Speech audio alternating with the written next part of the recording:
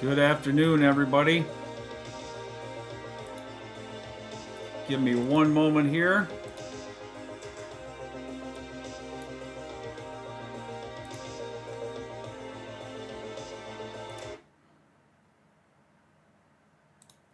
All right, good afternoon, everybody. Hope everyone is doing well so far this fine day. I guess it's as fine as it can be this time of year for some of us. But we are here, and Gayle is with me. As soon as I can get my technical details in a row here, we'll be able to display that for you. So we've got a few people in the chat already, which is great. Hello, Abby and Scorpion. I know who you are. And Heidi, good to see all three of you there in the chat room today. How are you folks doing? Good, you can hear me. That's a good thing, right? So far, nothing has exploded, and our live session is underway. Let me just show you here. I'm going to give you our combined spot here. Hi. And there is Gayle. She is here making her on-camera debut with the Tangles and Toons channel. Yes, my first time. Very much. So we had to use some last-minute goofy technology adjustments here to be able to enable Gayle to be on camera with us today. Her microphone is not very good, so we apologize for that in advance. It just may not sound real well, but we're going to make do the best we can. Bonjour there, Joelle. Nice to see you here as well. Hello. Thank you for tuning in today. Here, let's try this. I'll give Gayle a chance to say hello with her microphone there. Hello. Hopefully you can hear me now. It says it's picking you up, but I know the quality of it is not as nice, so we do apologize for that. But Gayle is there, and believe it or not, we are in the same room together. We just had to set up the details where we could each draw and do our camera work as needed. So that's why we have it looks like we're far, far away, but we are very close. So back here so you can see both of us. So we'll give this a few minutes here to let the steam start rolling, so to speak, and let people come in that might have forgotten, or maybe they're just getting their details ready. So we won't jump in immediately to our drawing details. But here we are the day after Inktober, and how are you doing? Have you all made it all the way through the projects that you wanted to? Are you still working on things? Where do you find yourselves in the whole Inktober process? I know 31 days of back-to-back drawing of any kind, but when you're doing a sort of a regulated, systematic thing, can get very tiring. And yeah, you burn out easily, and it can be a lot. So how are you folks doing with that? Any thoughts there? Any things to share?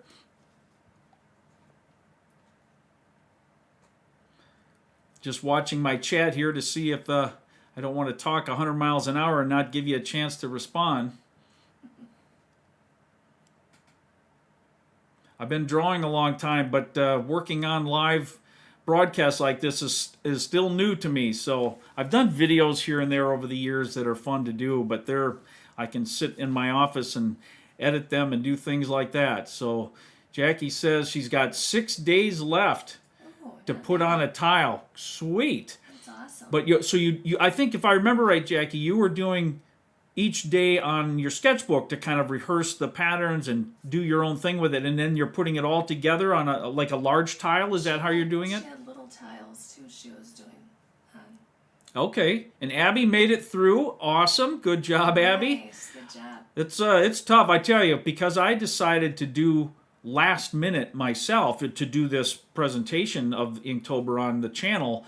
It was a scramble fest every day, drawing, filming, editing, uploading, and managing those 31 days in a row. And I think I had a handful of extra videos in there too. Wow, that has exhausted me. It was great fun, don't get me wrong. I'm glad I did it. I'll be stupid enough to do it again probably too, but it is a lot of work and very challenging. So let's see here. I'm trying to read the chats. Abby made it through. Heidi says she made it through all 31 days. Awesome. Good job. Awesome. Oh, and we appreciate that. Yeah, we enjoyed sharing it with you. And some of you folks have been so spectacular, many of you, with your comments online, keeping us encouraged nice. and letting us know that you're still out there and still following along with us and enjoying the little silliness that I throw into the mix there. So lots more that could have been done, but I wanted to still keep it approachable. As you probably noticed throughout the month, whenever it came to the tangles themselves, I varied things here and there a little bit and showed you some alternatives, but I tried to stay pretty much with the basic pattern because I didn't want to get too creative and just alienate a bunch of folks right off the bat. But I hope that you were able to do them however you'd like. I've seen a few samples in our Discord channel, and people have really seemed to enjoy taking things in their own direction as well. But one of the things that I like to add are those little cartoon elements, and I tried to keep those simple as well. May have been challenging for you. I know that. I know that doing things we're not used to doing or doing them in a way we're not used to doing can be challenging, but I'm really encouraged by how many of you stuck with it, tried them, and in fact, the feedback on the Toon Alerts was spectacular. I've been super thrilled and pleasantly surprised with how many folks have enjoyed that. So thank you for all of you doing that. I've never done any kind of cartoon. Yeah. drawing, and so I had to get help a couple times, but I did most of it by myself. It was fun. Yep. So I don't know if you could hear that real well, but Gayle said she had never drawn cartoons either, and but she had fun, needed help here and there, but she got through it, and that's the fun of it, challenging ourselves and then being so proud and so happy with the results that we get. Let's see. We had a new person sign in a moment ago. I'm trying to say retro diametra. Don't know if I'm saying that right, but welcome to the stream today. Welcome. And Joelle is there from France. Thank you very much, Joelle. Bonjour. And let's see here. Catherine, I believe. Merci. I don't read French, Catherine, so I apologize. I'm an English snob, I guess they call it. I just never learned many other languages, a little bit of Japanese here and there, and some Greek for fun, since I love language. But merci, and thank you for joining us today, Catherine. Toon Alerts were fun, Scorpion says. I hope you don't mind, Scorpion. I gave away your secret name when I called you Jackie a moment ago. I apologize if that was... and then I just did it again, right? So I guess that was... her birthday. Oh, and by the way, Gayle just reminded me, is it your birthday today? Jackie, Scorpion, should we be celebrating a happy birthday moment with Jackie? We should have our coffee. 31 days, never done to. Wow, nice. That's You did all 31. Good job, Retro. Nice. Nice job. It's a challenge, and it's... How many of you were also doing... Okay, I can call you Jackie. You got it. So I just didn't want to... Some people like their privacies online. I want to be respectful of that. So, and that's awesome. Thank you, Jackie. So, how many of you were doing... birthday. Oh, it is your birthday? Yep, I see Happy that pop up. birthday. Happy birthday. Everybody wish Jackie a happy birthday. And Cynthia, she says she found us on the last day and she's starting over using my videos. Awesome. I love that. Thank you very much. Cynthia, we're glad to have you on board no matter when you join it. That's the cool thing about the videos, right? We try to release them on that schedule so you can do it in the month of, but they're going to always be there. Just like this session today is being recorded as well and will become part of the channel that people can watch and rewind, so to speak, anytime they like. So that's great.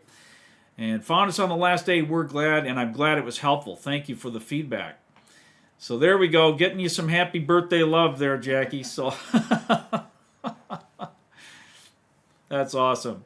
That's the fun part of being a part of a nice online community, right? I've been just thrilled with the folks online. I mean, the channel is growing, and we kind of go in spurts. You know, we grow real fast for a little while, and then we slow down to a crawl as YouTube tries to figure out who to show us to next. And so we are still working at that, and we appreciate everybody tagging along. So that's great, but we can be part of a fun community. That's awesome. Well, we're getting people tapped in there. So just speaking of the channel growing, I just want to mention this. I do not want to sound like a commercial here, but because the channel's been growing, YouTube allows content creators to occasionally add new features to their channels, which is great. Some folks use all of them, some use some of them. I'm kind of playing with a mix of them because they're new to me as well, and I don't know how it all works. But it is, you'll see now I have a join option, and there's some what they call super chats and things like that that you can take advantage of. It's all meant to be part of the fun of interacting in an online community situation and supporting the content creator. I don't mean that in the sense that you have to pay all my bills, although bills do have to get paid, right? So I just want to mention that. And if you have any questions about it, feel free to ask those today, and I'll do my very best to explain, and we'll go from there. But enough of that. Let's keep talking here. Oh, Monica is with us. Hello. Thank you for joining us from the Netherlands. That's kind of in my home world there. My grandfather was from Denmark and came over as a young boy here to America. So my family history goes back to that part of the world anyway, not directly to the Netherlands, back to Denmark. But thank you so much, Monica, for joining us today. Appreciate that. And she says that she also follows other people, but our videos were different and you liked it. Perfect. Yeah, there are some fantastic artists on YouTube, not just Zentangle artists, but artists of every kind. And I watch and subscribe and support as many as I can myself. But I wanted to try to add something a little different. I mean, there's tons of tanglers out there that do much more elaborate and much more beautiful tangle compositions than I do.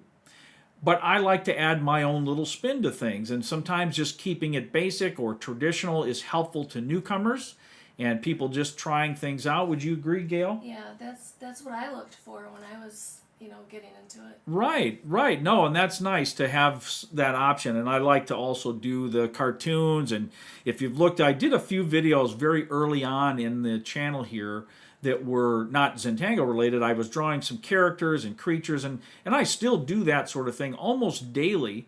But I do on the channel tend to shy away from some of the more complex drawings only because I know it can be frustrating for new artists and people just getting started. But it's good to be exposed to it, gives you an option, gives you different things to think about and to do with your own art. Maybe you'll discover a direction you never even thought of, and suddenly you'll be able to dabble in that as well. So we're going to continue to expand what we do here, the types of videos that we offer, but we'll always have Zentangle in the back of our mind and continue to do that as well. So if you ever see me releasing videos that you think, I don't want to see him draw a little monster or some character from Warhammer or whatever, that's fine. Not everything is for everyone, right? But we hope that you'll continue to be a member and come back often and check things. And if you see something that interests you, awesome. If not, maybe check again the next time, because it's always going to be changing in a variety of things to appeal to those with broader spectrum for art interests. So anyway, you like how I teach, and I appreciate that, Abby. That's very, very kind. Jackie says that she follows several people, but this space is unique and special. Well, that's very kind of you, Jackie. Thank you for that. Appreciate it very much. And yes, I am a CZT. I became a CZT officially. I've been drawing for over 40 years, but I think, let's see, what year was it that I got my official CZT? I think it was 2020, so what, 5 or 6 years ago, something like that, that I've been officially a CZT. And here I'll pop up, show you this funny little thing. I just did this and I never use it. Let me switch here. There we go. See? CZT. It's official on screen. But no, I am a certified Zentangle teacher, and I tend to be more of a, every CZT is unique, of course, as a human being, but we're also unique in the reasons that we love Zentangle and the ways that we practice it. And so I tend to be, I don't want to say a purist, because that would not be right. Obviously, I'm throwing cartoons and stuff in there. But I like the original thing that appealed to me about Zentangle was that it was approachable by anyone, regardless of skill, and it did not involve pre-planning. So there were no elaborate compositions. There was no, days of figuring out light sourcing and angles and how this, it was all random and spontaneous. That appealed to me a lot because the other artwork that I do requires a lot of planning and careful practice and knowledge of anatomy and knowledge of perspective and all of that. And so Zentangle gave me an opportunity to do something different, and I really, really like that. So that's kind of my emphasis, not exclusively, but that's my leaning in Zentangle. You were going to say, Gail, let me switch over to you here. That appealed to me too because I've never drawn anything.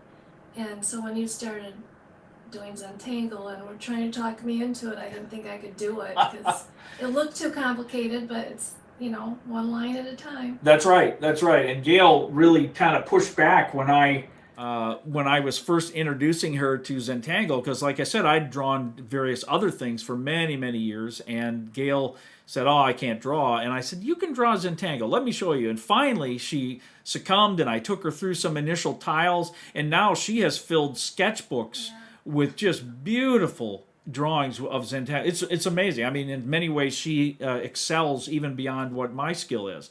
And so in Zentangle, and so it's just different, but that's the beauty of that process.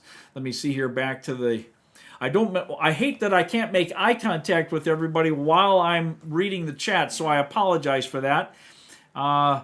Need to learn to draw a scorpion. Yeah, I've drawn many of those. I used to be, I'll give a little about my life here. I used to be part of a motorcycle club, and we had some interactions with a motorcycle club, quite famous club, called the Scorpions, and so I was interested in that, and I began to draw things even back then that they didn't use them or anything. It was just for my own enjoyment. But so yeah, drawing scorpions is fun. Maybe we'll do that sometime, Jackie. We'll get that in our to-do list. So it helped me be less rigid by adding my own accents. Awesome, Retro. That's great. That's exactly what I love. You start to become comfortable. You start to take ownership of whatever drawing you're doing, and there's no shame in making mistakes if we do, and suddenly we find ourselves taking little brave steps. Oh, let me try this, and let me try that, and wow, suddenly it's our own art, even though we're following instructions or guidance from someone else. That's great. That's excellent. Thank you for sharing that, Retro. Heidi says, "I like trying anything. Zentangle is fun and what I draw most, but other things are fun to try." And I think that's great, Heidi. That's really what I was hoping for. I knew that by involving Zentangle initially in the channel here, that would be kind of what people assumed was the focus, and to a large degree it has been. But my goal was really to introduce Zentangle to even more people, but to introduce them to, what's the old saying, the gateway drug, and then you get hooked on all this other stuff. So Zentangle, I was hoping for many, would be a gateway drug for new art experiences. To that gets you in, and it's safe, and it's easy, and it's comfortable, and it's fun, and you produce real, legitimate artwork, but it can introduce you to other skills. You learn how to control your pencil and how to shade and how to do all these other cool things, and you get comfortable and you try other things, and maybe you'll do Zentangle your whole life and that's it. Or maybe you'll find something that is interesting and you'll divide your art time up as I do and enjoy all kinds of things. So that's great. Thank you, Heidi. And just want to learn to get more courage to put them all together. Yeah, that's a tough thing. Even with Zentangle, the more skill you have, you find that, or the more experience, I should say, you find that you want to do things differently. You don't want to just draw it in a little spot and then draw something else in a little spot. You somehow want them to become together, and you want them to make more sense. And that's a natural progression. But when it goes too far, it almost goes away from what Zentangle was all about. But that's where those other drawing skills can come in. Now I can draw other things. Kind of like, to reference back, just as an example, to my robot project or my ocean project. There we took those tangles, those individual pieces, and we drew them as tangles, but when we learned to blend them and use them together, we created a composition that has nothing to do with Zentangle. Some might call it Zentangle-inspired art, but my art is inspired by art, not by a particular, I don't have a cartoon-inspired or a Zentangle-inspired this. It's just I use those techniques in the art that I do, and I hope that others will enjoy it, appreciate it, and learn from it to be able to do their own.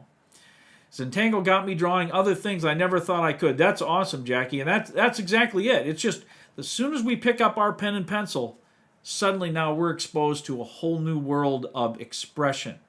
Not just creating things that are beautiful, but expressing ourselves through the art. So it's not always about and pardon the way I say this, it's not always about drawing a flower or drawing a beautiful sunset. Those are awesome things to draw, but sometimes who we are and the experiences we're having and the things that we're going through will influence our creative interests, and we can then express ourselves in a powerful way. And it really is cathartic, it is educational, it is emotionally strengthening, and it just is really fun in endless ways. So that's a great comment. Thank you. That's kind of why my compilation isn't done. All overwhelmed. I get that. Oh, and then we have a new subscriber, Sin, C-Y-N. I don't know if I'm saying that right. Sin. A new subscriber. You enjoy the Toon additions to the collections. Zentangle was first wrong. That's awesome. Zentangle is great. And even if you only and always do Zentangle, but I'm glad you enjoyed the cartoon elements as well. That was a big focus for me. And you have them hanging. Oh, Heidi, you said you have them hanging up. Are you talking about the cartoon elements? Your cartoon drawings? Or the whole Inktober. Or Inktober, yep. Could be all of Inktober. That's awesome to display your art. That means you're proud of it, see? And you should be. You should be very accomplished when you do stuff like that. And Alecton, I'm sorry if I'm saying that wrong. Alecton Walter, you have helped me draw. That is excellent. I'm so glad to hear that. Thank you for sharing that. That's encouraging, and it makes me very happy for you that you're having fun and learning to draw. And let me say, whenever you're drawing anything, whether it's Zentangle or cartoons or creatures or portraits or still life pictures of fruit in a bowl or whatever it is, never be afraid to make mistakes. That's the only way you will learn how to correct what you're drawing. And sometimes the mistakes result in, I don't know if it was Bob Ross or who it was that said, it's a happy accident. It's just something that you go, wait, I didn't mean that, but look how neat that looks, or that really adds a new dimension to my art. Be happy with that. But if it is a legitimate mistake, don't worry, just move on. Just do it again different next time. Learn it and become better at it. And if you're doing a sketchbook, don't worry about it. Your sketchbook can be completely private for you. That can be where you learn and how you learn. That's where you try new things you've never tried before. Or you might have a sketchbook where it's all of your refined work and you share that with others. Either way, enjoy the process and don't be hard on yourself. Enjoy it. Love it. And Gayle, are you going to be doing more art with us? You're not going to run away, are you? Here, I'll let Gayle have the floor here. She can talk. No, I won't run away, but I'm not going to be here every day. But yeah, I'll join from time to time. It was fun. It was a new experience for me. And you probably would be, you'll always do what we guide, but your primary interests still lie with Zentangle. Would that be right? Yeah, I almost do. I mean, all of Zentangle mostly. That's awesome. Hey, Tamberly joined us. Hi, Tamberly. Hello. You're never late when you have an online community, right? You can just join whenever you can. So I know people are all over the world. We've got folks from France and the Netherlands, and I think some from Germany. We've got folks from all over, so I'm so glad. Good to see you, Tamberly. Thanks for joining us today. Thank you. Well, excellent. Let me get back here. We can do this here for a minute so you can see us both. We are both here. We are. Well, this has been great. We've got about a half hour of chatting we've done here. So let's change gears a little bit. This was partly, not entirely, but partly supposed to be our Inktober wrap-up. So I want to do that a little bit. We've talked a little bit about the fact that many of you have finished. Some of you are still working through that. So don't worry about that. This is not a comparison. It's not a race that who gets to the finish line. This is the Inktober Challenge is all about engaging with art every day for a month. And that is awesome. Now, if you didn't do that, or if life came along and you couldn't engage every day, well, engage as often as you can. That's all you can do, right? Don't let it become a problem. Let it become a motivator, of something that doesn't nag at you in the back of your head, but something that gives you an opportunity. But having said that, let's take a look. I'm going to switch my camera here for a moment, folks. And so this is the finished Inktober full page layout composition that I ended up with after 31 days. Now, I'm going to show you a few things here that I did after the fact, and we're going to do a little work on it here today too. But this was 100% unplanned.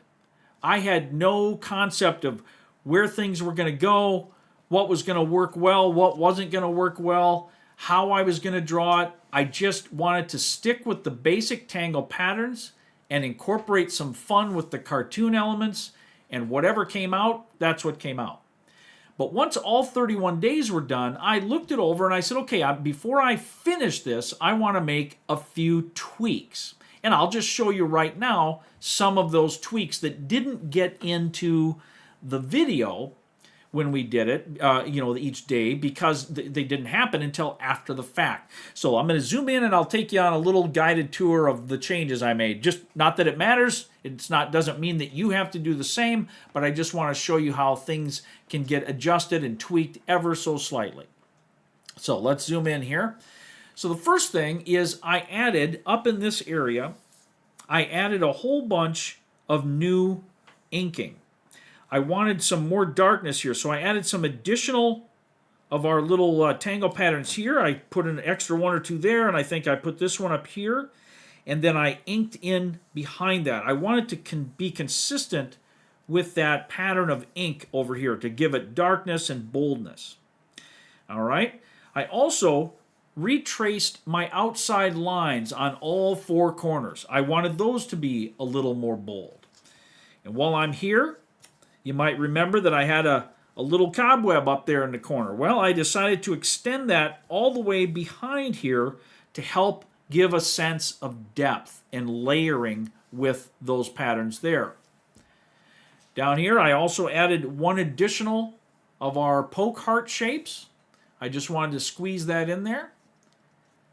Down here, I decided to fill in a bunch of orbs. I just didn't want that much white space. So I wanted to give some kind of a sense of texture or movement, if you will, to this area without making it real black or bold. So I just filled in a bunch of orbs without inking between them. Also, for a little contrast down here, I decided to turn my little quandary seed shapes instead of being just outlines.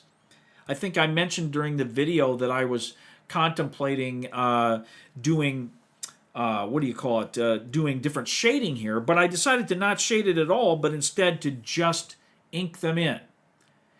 And you might notice I did a little bit of a goofiness here. I turned a couple of my little rice shapes into eyeballs, kind of strange, wrinkly looking eyeballs peeking out there, but I wanted to make those little subtle changes. Let's see, what else down? Oh, down here, I added a whole nother row of the Shattuck. I had initially just done this. I added that, so now it's 3 pieces wide. That allowed me to create a little more depth with that background by shading around my butterflies. I like your ghost. And I'm going to pause here for a moment to read a couple of the chats. Let's see, Gail. Yep, okay. Oh, you love the second ghost? We're getting to that one. Jackie would love that one. Let's peek in there. Yeah, he's a grumpy ghost. This guy here, there was just too much white space there. And I said, that needs another ghost in there. So there he went. He's a little more grumpy with his eyes, and he's kind of making a louder boo, I guess. So you saw the eyeballs there too. That's awesome. So let's see, as we move over, and then the only thing I changed here is I put a couple birds, or ravens or crows, kind of in the far distance, flying around in the background there, so that when I do my final thing today on camera here, that will just help make that less of a big background space and more something going on. And I think that is it here. I'm trying to remember if I made any other changes. I don't think I did, but this just gives you a once over. Now let me zoom back out, and Gail, do you have yours? I didn't do any changes. Let's just show you what Gail's got, though. This is where Gail ended the 31 days, and she said she did not do any changes at all, which simply means she was happy with what she had. She was completely satisfied. So there was no need to go crazy. So there she was. I'm that guy, though. If you give me my own drawing, I'm going to tweak it till the end of time just because that's how I am. But but I finally stopped and said I got to quit, and we'll do the rest here. But those little tweaks. But Gayle's is just how it ended in the 31-day videos that we did. So great job, Gayle. Everybody loves yours. Here, I'll zoom in and give people a one last time around through it if they didn't see that final video. So Gayle did all the same shapes and participated in all the same cartoon elements, but hers just ended up being Gayle's version. And that's what we love about it. That's what's so great about Zentangle and other art. We can all draw the same thing and it all looks different. But hers is beautiful. Great, great job there. Thank you. So we'll zoom back out. So what I want to do today, I've got a couple things planned depending how long everyone is going to be able to stay with us today. And Abby, thank you for that nice comment. Love how you filled it in. So I'm glad that you enjoyed seeing those reviews of our Inktober compositions. Abby says, Gayle, you did wonderful. Love it. Thank you. Thank you, Heidi. Or Abby, excuse me. That's very nice. So let me show you what I've got in my brain today. I've got some chalk pencils. These are General's chalk pencils, pastel chalks. So they're like a colored pencil, but it's much grittier. Colored pencils are very waxy, the lead, if you will, or the composite of them.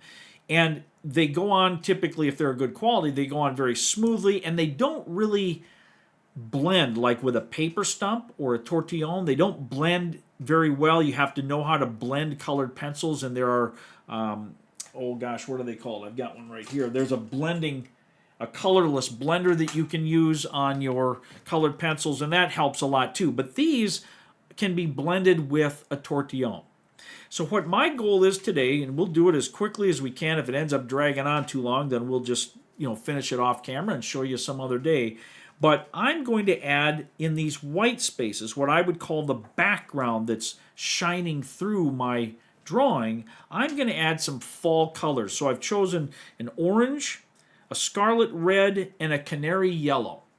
And I'm going to just blend some of these here and there in that background to create that hint of color to contrast with all of this black and lines and so on. So that's all I'm going to do. So I think what I'll do here, and we'll do this as we continue to chat, but these pencils, they go on very easily. And I thought about using my alcohol markers. I have got my art markers because I love using those. They're easy to work with.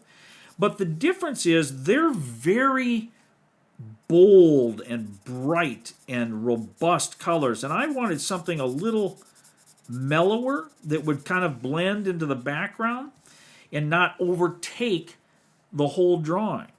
So that's why I decided to use these chalk pencils. And you can buy them online. You can get them on Amazon or many different art stores online, and they're made by the General's Pencil Company, and they are not that expensive, I don't believe. I haven't bought any for many years, so I just have sets that I use and use and use.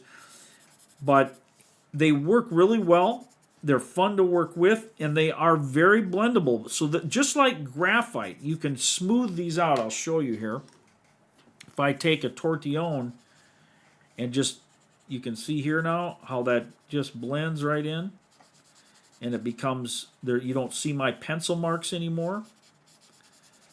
So it works really nicely that way. Hopefully you can see that. And then I can also blend in little hints of other colors with that, which is what I wanted to do to create just a subtle variance in that background.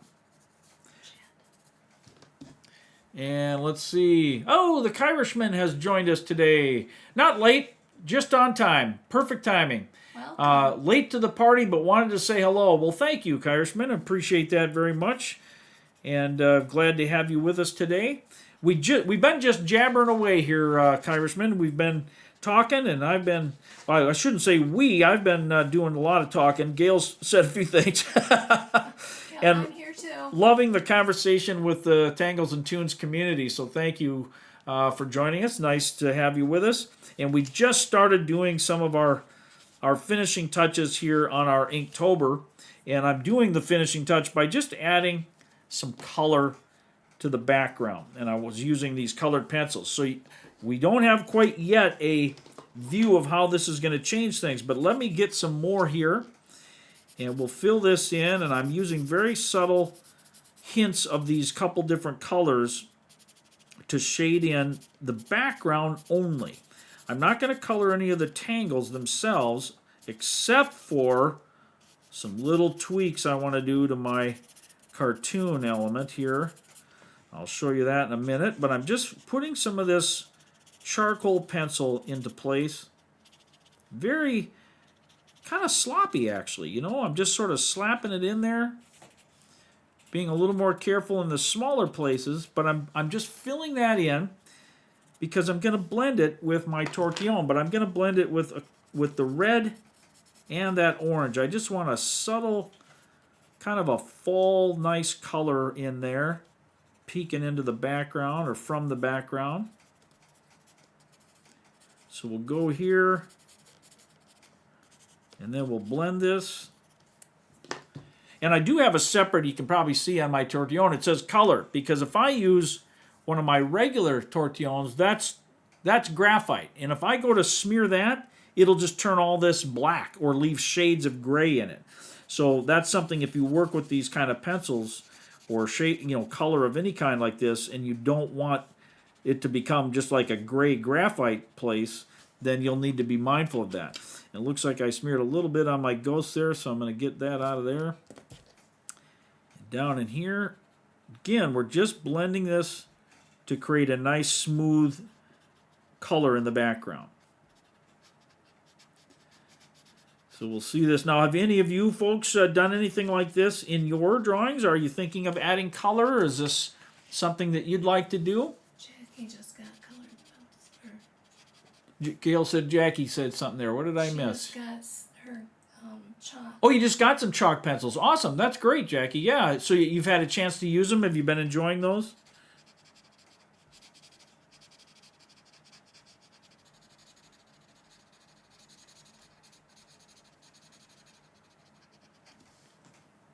Final piece. Thanks, Kirishman. I appreciate that.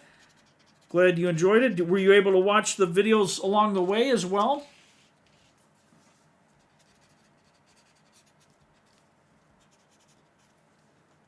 Having a pop of color will be sweet, he says. Yeah, that is cool.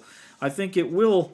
At least my hope is that it will help bring out these nice black lines and all the shading and the graphite that we used, and it'll just really make all of those designs pop just a little bit more and just help kind of that contrast. You can already see here, I'll just zoom out. You can already see what that does. If you compare the left and right side, you can see there's a pretty significant difference in how that appears. It does two things. It adds color, obviously. It gives us something tonally or color-wise that's different, which is nice because it's a lot of ink going on. But it also makes the individual pieces of the tangles stand out more, and you suddenly see different things and new things. And I think that's one of the goals, and hopefully that goal gets accomplished here. So we'll continue working as we chat. And Kyrishman, he says you were able to watch more than you were able to draw. That's okay. Sometimes it's just fun to watch and get inspired or to pass the time. And some people find drawing, or watching people draw rather, some people find that very soothing or calming, and that can be a fun thing to do. So no harm there at all, but I'm glad you got to draw any of it if you did. That's great, Kyrishman. Thank you. Alecton says that she uses watercolor. Yes, I actually thought of that for this. And I think if I had chosen watercolor, I would have put the watercolor down first and just drawn over it. The reason for that has to do more with me than watercolor, and that is I'm not very accurate with my watercolor. I like using it for washes and backgrounds and things like that, but to try to get into these little precise spaces on my own with my brush, I'd be all over there. And well, the brush itself I'd probably be fine with, but I would probably end up with the watercolors themselves leaking and seeping feathering, they call that, all over the place, and that I just didn't want to do that and make it look like I didn't know how to hold my paintbrush. So Alec, then I would love to see what you did with that when you use watercolor. I bet you that's amazing because you can do so many awesome things with watercolor. Anyone else? Abby says she does a lot with colored pencils. Do you have a particular type that you like to use, Abby? Is there a brand that you are favoring because you like how they work, or not? It doesn't matter if you don't, but I'm just curious. I always like to know what other folks are enjoying working with. In fact, speaking of that, is that a topic? Let me ask this of you folks. Does anyone have an interest, or how would you be, what would you think if I made a video or two about not just art supplies in general, because there's tons of that stuff out there, but kind of going through, the pens and pencils and so on that are useful, at least I find useful in my art practice. Would that be helpful to anyone, or do you folks already have everything that you think you're going to get, so it wouldn't really be of help to you, or what's your thoughts on that?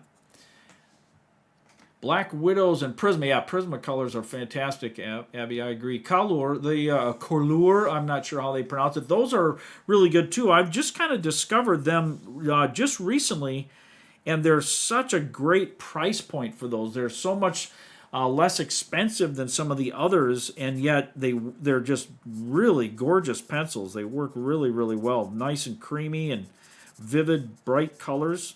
So those are good.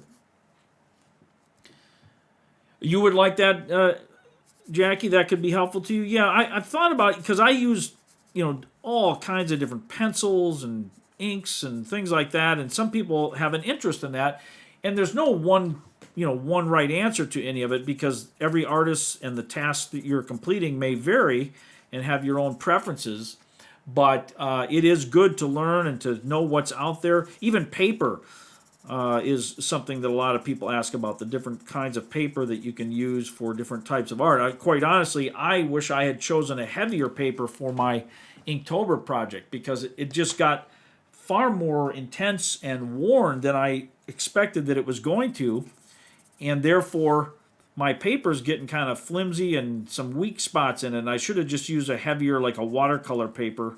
That would have made more sense, but I just grabbed one of my sketching books and pulled it out of there. So I'll learn. I should have known that. Normally I don't work on a single drawing for a month. That's just something that I don't normally do. So it caught me by surprise. But those are the kinds of things. Different sets of pencils, Abby. You do use like from Stedler, or what's the Mars Lumograph series? Do you like the real black, the non-shining graphite? How do you like to draw with your pencils?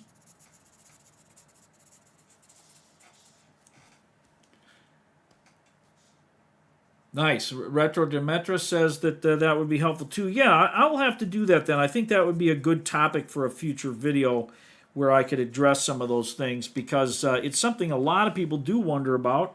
I wondered about it myself many years ago when I was getting started, and it's always so tempting to just buy endless art supplies. I mean, that's a joke among artists all the time, is that we go broke not because we're poor artists, but because we spend so much on art supplies, right? I suppose that's a very real possibility. Art supplies are expensive, and so knowing kind of what's out there, what might be useful versus what isn't needful, and so on, then that can be helpful, I would think, to folks. So I'll have to work on that. That can be something in an upcoming video that I could do, and we'll see how that goes and talk about pens and pencils and what works how, and show you some demos, and that could be fun. It could be a useful thing there. Awesome. Colors, pencil for coloring. Yep. Do you do like the adult coloring books, they call them, those real detailed, super detailed things, or do you like to do your own drawings and color them, or what do you like to do, Abby? Trish, thanks for the feedback there. Good idea. I'm glad you thought that would be helpful. That could be something then that we'll have to look forward to doing and executing on. Gayle, how's your coloring coming over there? It's going well. Good. It's Glad to hear. Going a different direction than yours. Yep. We're both doing totally different things again, so that's all right. That's how you make a good marriage work, right? You do things differently and you don't let it bother you. That's right. We're different people. You didn't know you were tuning in for marriage advice, right? No, we'll leave that aside. We have been married many moons though, so we've got it down to a science now, right, Gayle? Yep. Sorry, first. Yeah, it sure is. What else we got here? Sorry if I missed a question. No, that's all right. Hey, your brother's probably calling to wish you happy birthday, right? That's okay. You can't ignore those calls. Especially if your family's like many, where they only reach out on your birthday, right? You hear from people once a year, so hopefully that's not true. But let's say it was, then that's all the more reason to enjoy the call. I'm glad you took time out of your birthday to spend it here with us on the Tangles and Toons channel. That's awesome. Oops, what do we got here? We got a...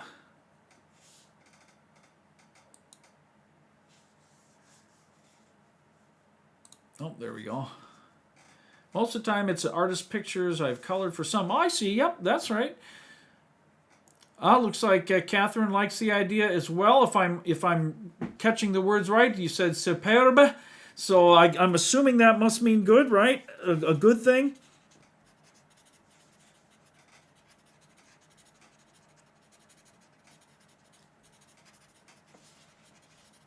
Getting here. I hope I'm not off camera too much. But once we get this little finishing touches on our Inktober and kind of get that wrap up behind us, then we're going to move to something else that I've got planned for today. So I hope you can all stick around for that. I know life is always at us, always following us close at hand, and so we never know how much time we're going to have to do what we want to do here. But let's see if we can get... Sorry, I got distracted by my computer trying to do something it's not supposed to do. So there we go. Let's go back here. Let's take a look at this overall. And I've got most of that color in where I want it. I'm just going to blend a few more spots here.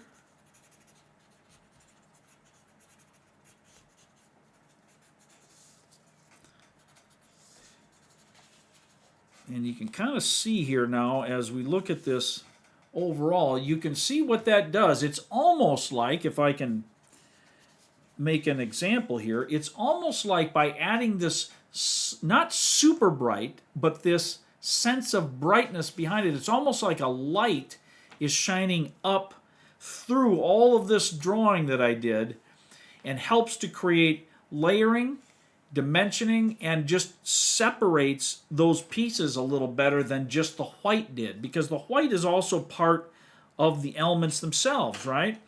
And so by doing this, it just kind of brings all of that to life and brings it together a bit more too. Not to once again quote from the great Lebowski with his rug tying the room together, so that this maybe helps with that a little bit. So I'm going to set those aside, and I want to make one little subtle tweak here to my toon character down here. He just is begging to have a little bit of a angrier look, and I'm one of those guys. When I draw a creepy thing, I don't want it to look like it's too friendly. So I'm adding a little bit here of red with this red chalk into the background of his eyes there, or to the whites of his eyes, I should say. Then I'm going to take I can't even speak here. Take a red marker, and I'm going to add a little bit of this blood on his teeth. That just has to happen. Kind of dripping down there a little bit.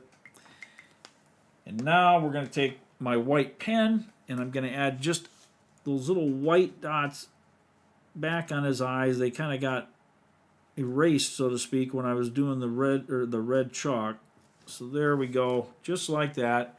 Just enough to make him a little more Halloween there. Now, as I look at this, what do you guys, give me your opinion here. Give me your opinion.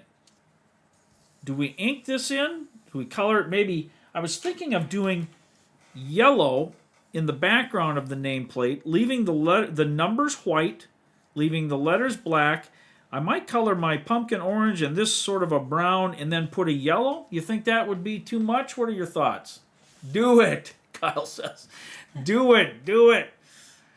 Oh no, he's saying to need some purple in there. Well, here, if you want to see purple, let's take a look at Gayle's. She's doing something she told me she was going to do. Here, let me see it here. Slow. She's a little slower, she said, but look at this.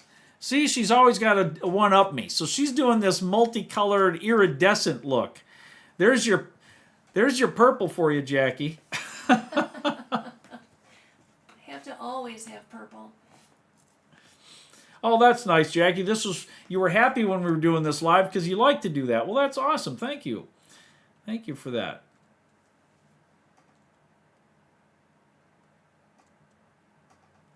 Your brother's a talker like that. That's all. Well, that's good. I'm glad you had a chance to chat. So look at Gayle's there. She's got this yellow, purple, and is there bluish here, like an iridescent, almost like a shimmering sense. And you already did your nameplate. Now you convinced me that I have to do mine too. Yeah, so I started there. Now I'm slow though. that's all right. That's all right. I think I'm going to do that too. But I'm going to take my orange and do my pumpkin here. He's got to be, and I'm going to use a little harder pressure on this. That's the other neat thing with these charcoal pencils. You can do them real lightly, as I did in the background, but you can also add more pressure, put it on heavier and thicker, and it will create a deeper, richer tone. So that's what I'm going to do for my pumpkin here.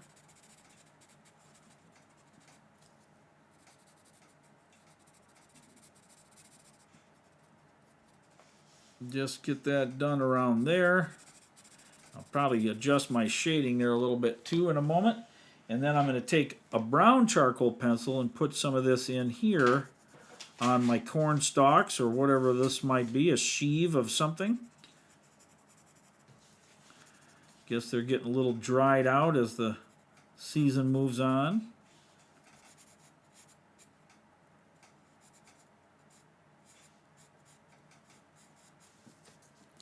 Just like that. And now you can blend this again here too if we need to.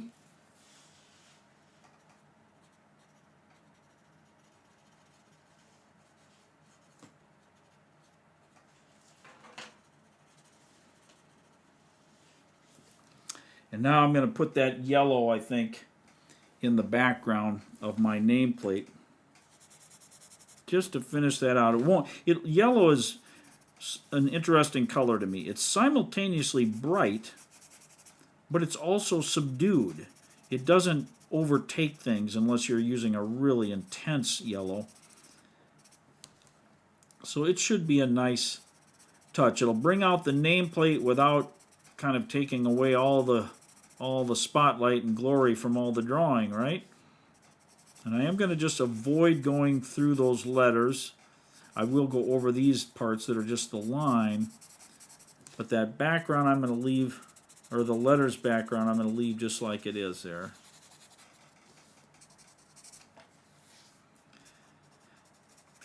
So I'm thinking that we might have to have a live Toon Alert here before too long. Is that something that interests anyone? Hi, Becky.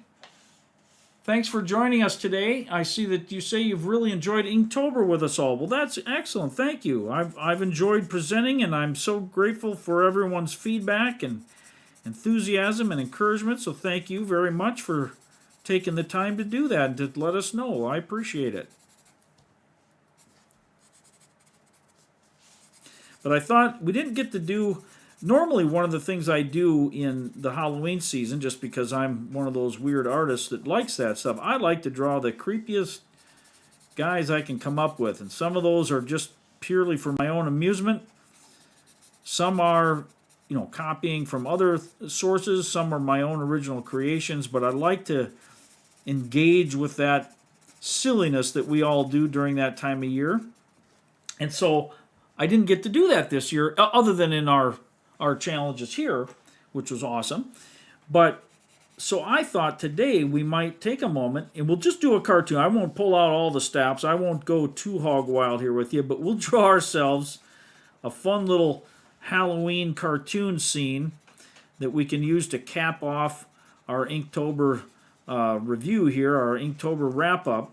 And also, Halloween was just last night. Did anyone go out and trick or treat?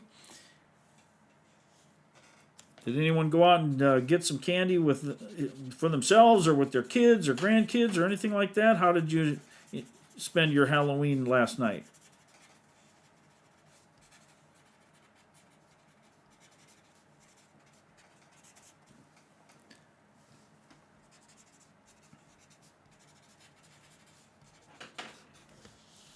All right, I think that's it for my Inktober.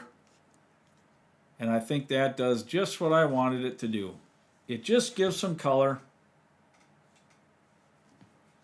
and brings all those things together. So that was a good, I think, a good wrap up. Now what I could do also, but I won't take the time here to do that. I could also go back and add deeper shading on between the elements to create more of a depth and more of a contrast between one piece and the other. And that would be fine, nothing wrong with that. But I think at this point, I'm going to call this one done. And I'm going to say that is it for my Inktober drawing this year. This is a play. I'm happy with this. It looks fine for an unplanned composition. And I had so much fun drawing it and presenting it with you folks. And Gayle, how are you coming along there?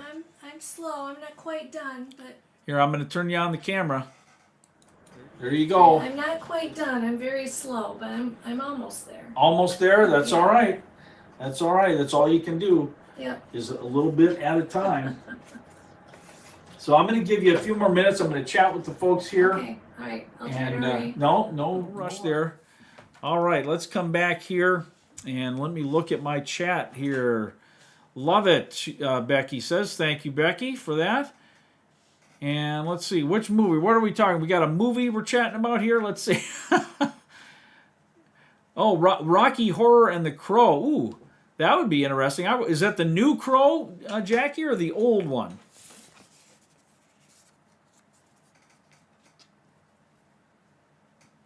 Thank you, Jackie. That's very kind of you. Glad you enjoyed that finished drawing here. I'll proudly display it like this, right? I may have to frame it, but I've got a few of my drawings here and there. Sometimes it's fun just to show people what completely random artwork does, right? Completely random. Where my camera? I'm looking at the wrong direction. Right there it is. And it's really fun to see how all of that comes together into something that we drew together. We did that together, folks. That's awesome. And Jackie says, take your time, Gayle. Take your time. Thank you. So let's see here. Have I missed any other? Ah, yes, a live Toon Alert, Jackie says. She was all for that. Like it. Like it. Let's see here. Oh, missed earlier. Have you ever used Gamsol before? That I'm familiar with the product. I don't think I've personally used that.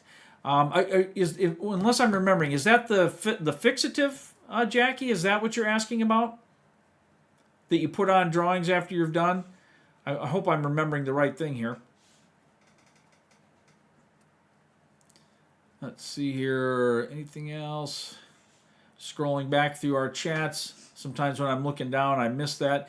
Becky said she handed out candy at her son's house. That sounds like fun. Did you see lots of cool costumes last night with the kids? I hope you did. That's always fun. We live in an area that we're not far from town, but we're far enough where we don't get any wanderers through here. So we literally don't see anyone unless my grandkids will sometimes come by and we get to see them in their costumes. But they were busy last night, so they didn't do that, but that's all right. And let's see what else we have. Artist grade mineral spirits. Okay, is that for using them with the pencils and so on to create different effects? Yeah, I have not done that. I have heard of that. That's something I've just not dabbled with before, and so no, that's interesting. As like a blender. Yeah, that's what I was trying to say with the colored pencils. I know people will use that. to do it with colored pencils. Yes, I have not done that, but it does help with the blending. You're right. What I use for my blending, which is minimal, let me grab a picture here. I did this, or not a picture, an example. This, you can see this one's worn right down. This is a colorless blender. I don't know. There you go. Colorless blender. And it works. It's just like a pencil. But you use it, you lay down your colored pencil, and then you can use that blender to go over it, and also a burnishing pencil. I've used those on my colored art that way before. But I tend to do my just personal preference. I love adding color, and I love using markers and colored pencils and so on. And sometimes something just calls for color, and you just have to do it in color. But other times, my preference, I think, as an artist, if you were to say you can only have one kind of art supply, I would pick either a black pen, like a Micron or a Copic fine liner marker, or ballpoint pens. And I love drawing with pens. I often skip the pencil drawing altogether, although I love drawing with pencils too. The shading with pencils is second to none. It's just amazing. But I often just jump right in with ink. I like to just draw with ink. So that's my big thing. And in recent years, I've gotten more and more into colors. And, oh, welcome to Zen Pals. We've got a, that looks like we may have the first member of our... Holy cow. Thank you, Kyrishman. I'm super grateful for that. You've become the first of the official inner circle, so to speak, of the Tangles and Toons channel. Thank you for doing that. That's awesome. And I appreciate that. And glad to see that you found that worthwhile. I'm hoping to add some additional tiers, if you will, for people that want to get even more involved or do higher levels of support. And there'll be more perks, better perks and stuff as well at those. But hopefully these perks there at that beginning level are going to be helpful to you. Thank you, Kyrishman. I appreciate that very, very much. Very kind of you to do that. So, and back here, Abby says she uses that. I assume the Gamsol is what you're talking about for the colored pencil work. Never really used colored pencils. Carpal doesn't like it. Oh, I see it. Watercolor, alcohol. Yeah, I love my alcohol markers when I'm just going to do it, but sometimes a colored pencil is... In fact, I'm trying to think if I did... I was doing a sketch just the other night. I'll show you something that inspired me for doing... Oh, it's in my other book. I've got so many different sketchbooks going. Let me grab it. I'm going to disappear here. I'll put Gayle on camera for a minute. There you go, Gayle. Gayle, you can talk. I'll walk over here behind you. Well, I'm almost done with my coloring, but I have a little ways to go. I'll be ready to show you in just a couple minutes. So, thank you. So, yeah, just to show you folks here, this is an example. This is one of my sketchbooks. I just did this drawing a couple nights ago. Sat down with a pen and slapped it out, and I said, you have to have color on that, right? I mean, you have to do the Frankenstein in color. You can't have white Frankenstein. He's got to be green. That's the traditional cartoon version. So anyway, that was just an example. And here these are just some other drawings I did, but I like color in the background, color for highlighting or bringing out details, but it's something I don't use a lot. Here's a drawing I did of an otter sitting on a rock. Some of you may have seen this one. I posted it in the Discord a while back. Other crazy. This is just I'm giving you my first tour of a sketchbook here. These are just some of the crazy things that I draw. There's a Warhammer creature. Oh, Kyrishman said he did see that on there. This is a three-dimensional cartoon version of my grandson's little gorilla toy. So I drew that. Here's a little bug creature I drew. Here's something I was just sketching. Game characters there. Here was me thinking about some different tangles, so just did some sketches there. Here's another crazy character. Some of these strange creatures I draw. Seeing if there's any other worthwhile stuff in here.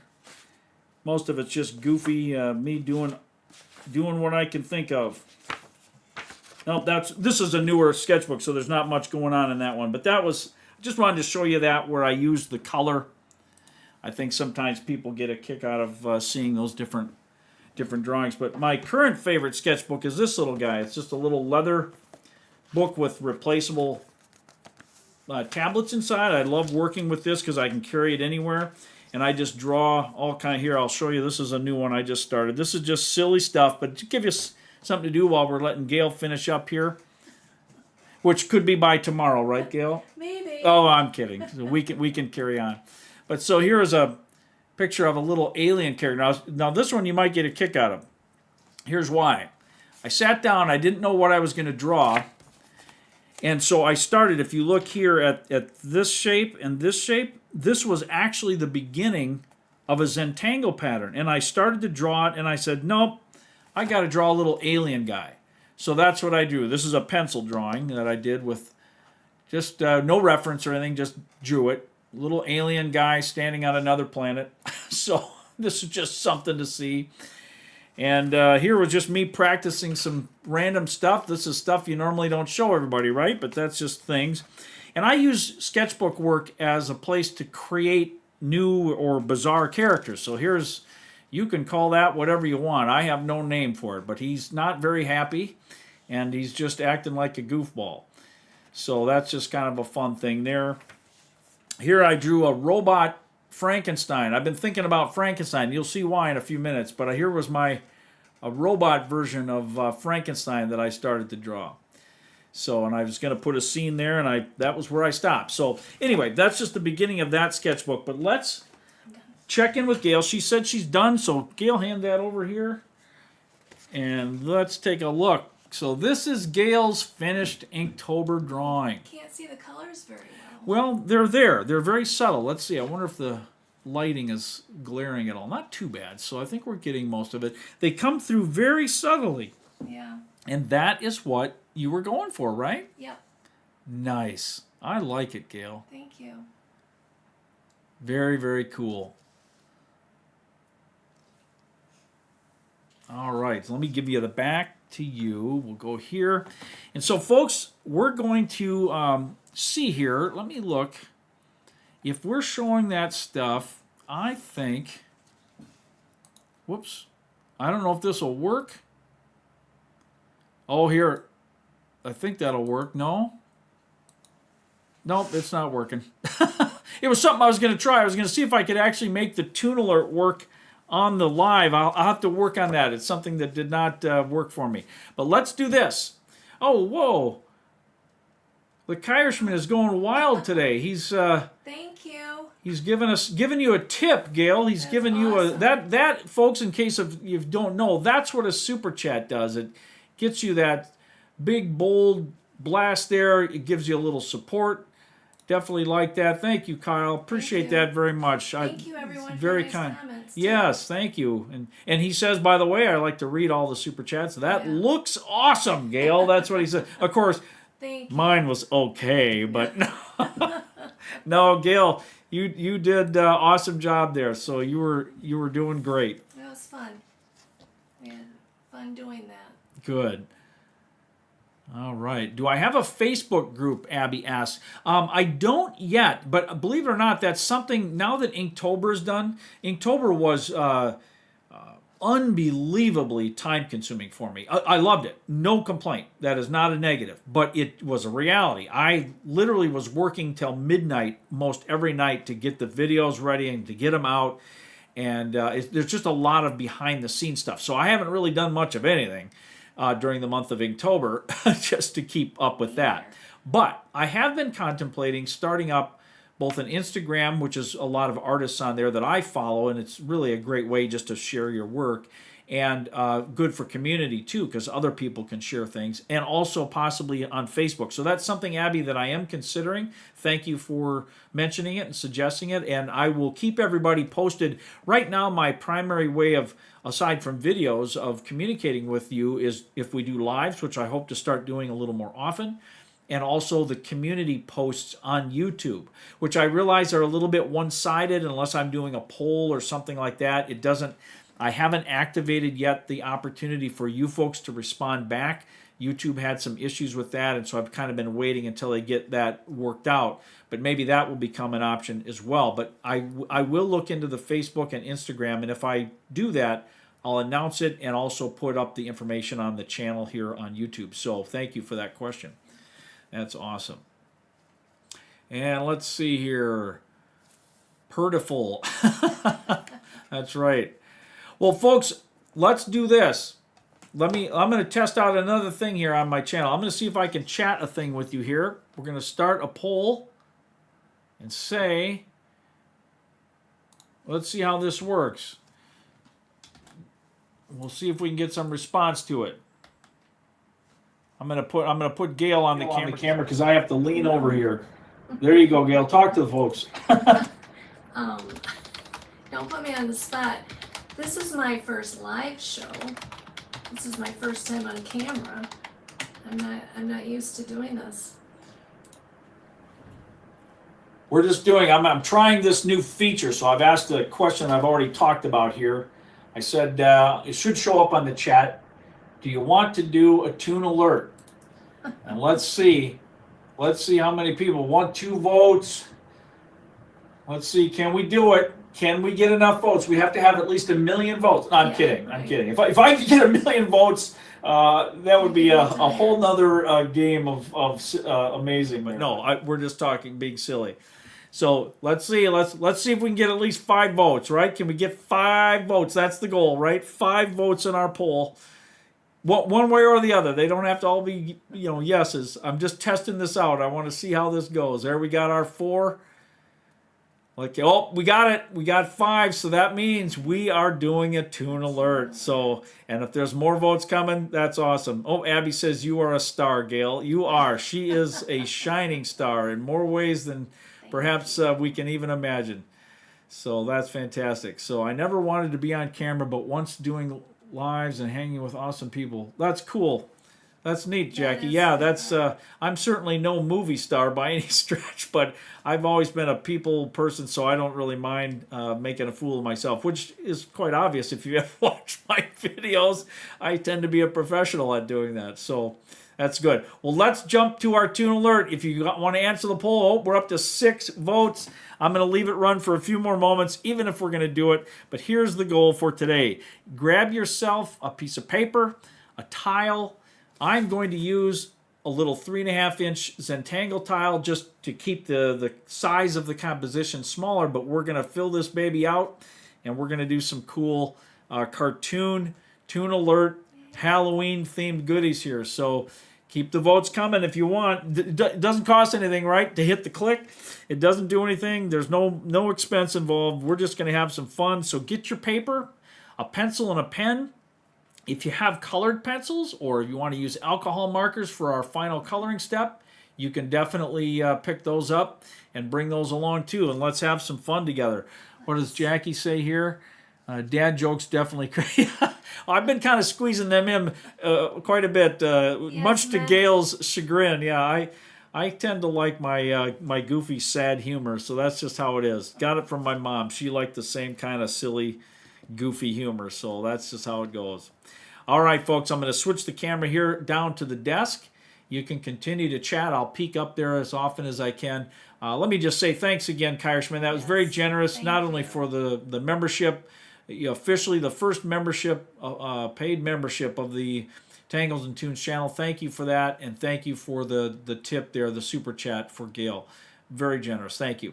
And thank you, all of you who are here. I hope you continue to hang out with us for just a while longer. We're going to do that Toon Alert, and the votes keep going up. I love seeing it. I love seeing it. And I don't think this is something where we're going to come back and say that that the election was rigged or anything. So I I was planning to do that Toon Alert already, but I'm glad we're getting some votes here. I'm glad people are enjoying that. And I'm a punny guy. That's right. I'm a very punny. Kyle says, I got you. Very nice. Thank you. All right, folks, here we go. I'm going to switch the camera over. You can continue to chat. I will peek up there. Catherine waves. Is that a hello wave, Catherine, or goodbye? I hope you're not leaving, but I understand if you have to go. You have a life that does not revolve around my channel, right? I get that. Totally understand. And Kyle says he has to head out for now, but happy drawing, everyone. Thanks again, Kyrishman. Thanks for coming by. Take care. Have a great day. And Catherine, if you were waving hello or goodbye, I am not sure, but if you are taking off, thank you so much for joining us today. I appreciate it. Thank you, and I look forward to chatting with you again here on the Tangles and Toons channel at some point in the future. Well, we're up to 10 votes already, Gail. We got to do this this drawing rather. This Toon Alert is now officially going to happen. So I'm going to switch to the desk. And go ahead, folks, if you've got your paper. I was kind of babbling there, letting you get your paper and everything in place. And if you'd like, you can start out with a pencil so that you can more easily adjust things, since this will have several tune elements to it. So be ready to follow along, and let's see if we can't get this done. All right, so here we go. Toon Alert. We're going to start, and I would say we're going to go up down about a third of the way. So maybe mentally or even visually put a little bit of a mark there so you kind of know where that is. Hopefully you can see this. And what we're going to do, we're going to draw an upside down U shape. Okay? I'm just kind of sketching that in there real lightly, because we're going to draw this U shape. And now we're going to draw a little bit of like a C shape or a curved line on each side, just inside where that line is. And now let's extend this very lightly over here. If you assume this is the center line there, we're going to come here, just go like this. And don't worry about perfection, because when we ink it in, that's where we do our perfection, right? And now, very lightly, a little bit of a curve to this line. Kind of go like this. Make like a little curve here and a little curve there that sort of meets in the center of our shape. And now come in a little ways and draw just a little line down.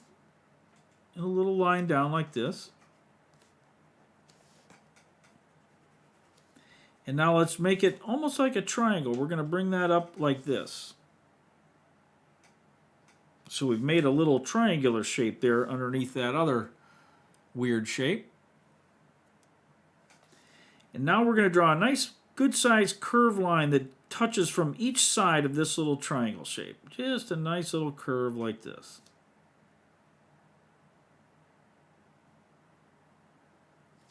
Okay.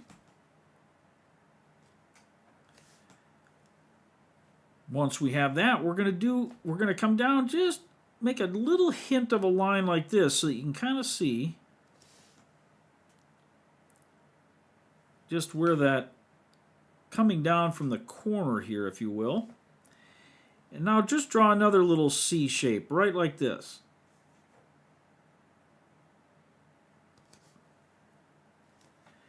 And now draw another little C shape right here and right here.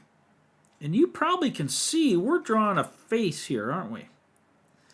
Yes, we are. Now, give yourself a couple little pieces there. Now, imagine that we've got a line that comes out and goes out like this. And then we're going to bring that down. Just do this lightly until you get the spacing that you're hoping for here. And now we're going to come back up to these areas, okay? And we're going to draw just a little connecting piece here, and then we're going to come out here, down almost kind of where that triangle piece comes out. We're making another little bump right there, bringing that in real close to this other line we drew. We're going to do the same on this side.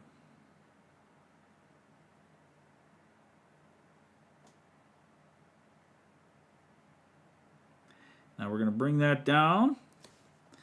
We're going to start bringing this over a little bit. And we're going to make a little, kind of a little funny curve like that. So it's very, very simple, each step that we've been doing here. And now right about where this inner line is, if you look at these pieces here, we're going to bring down a little bit like this and curve down. So just like this, and guess what? We're drawing a neck and the top of some shoulders there.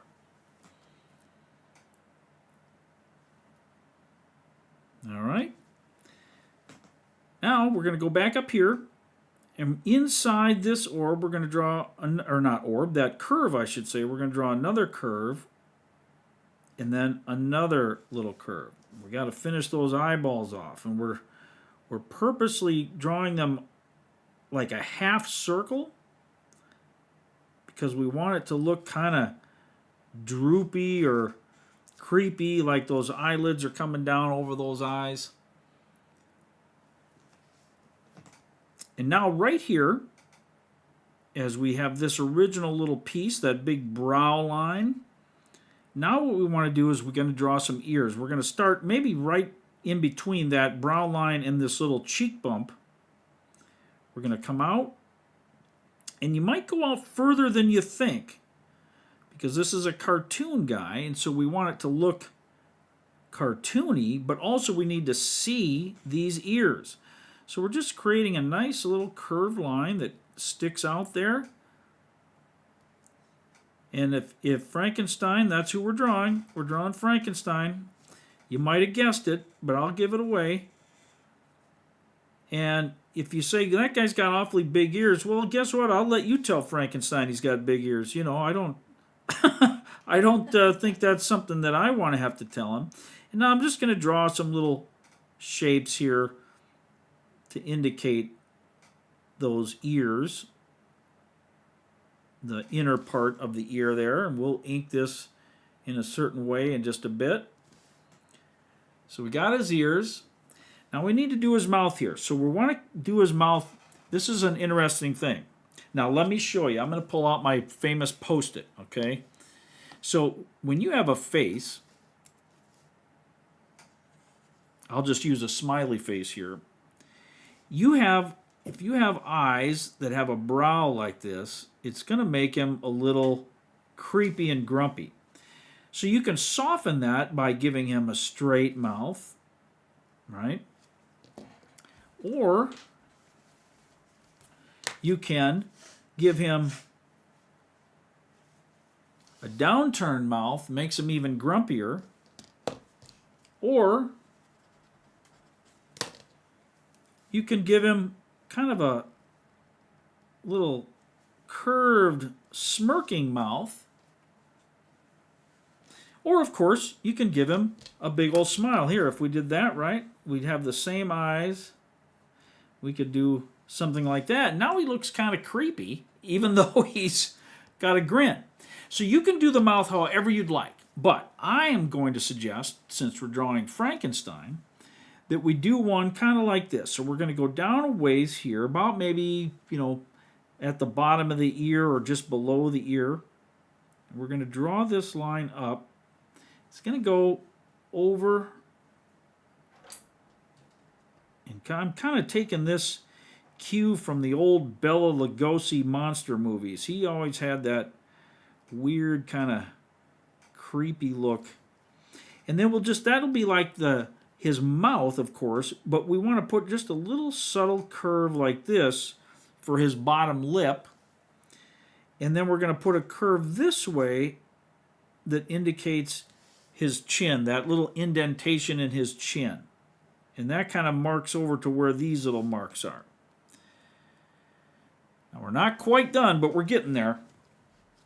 So now we're going to go on his neck, and let's go right about at the bottom of his chin there, okay? We're going to go out with two lines, and let's do that on each side.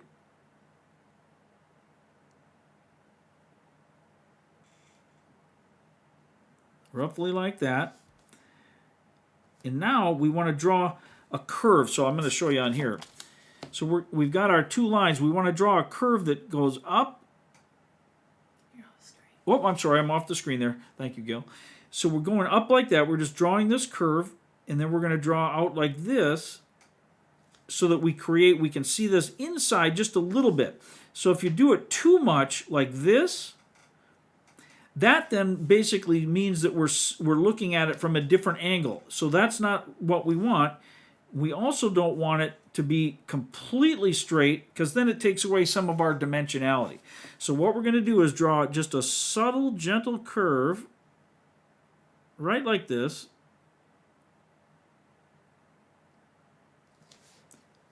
And then we'll do the same thing but in the opposite direction on this side, also subtle.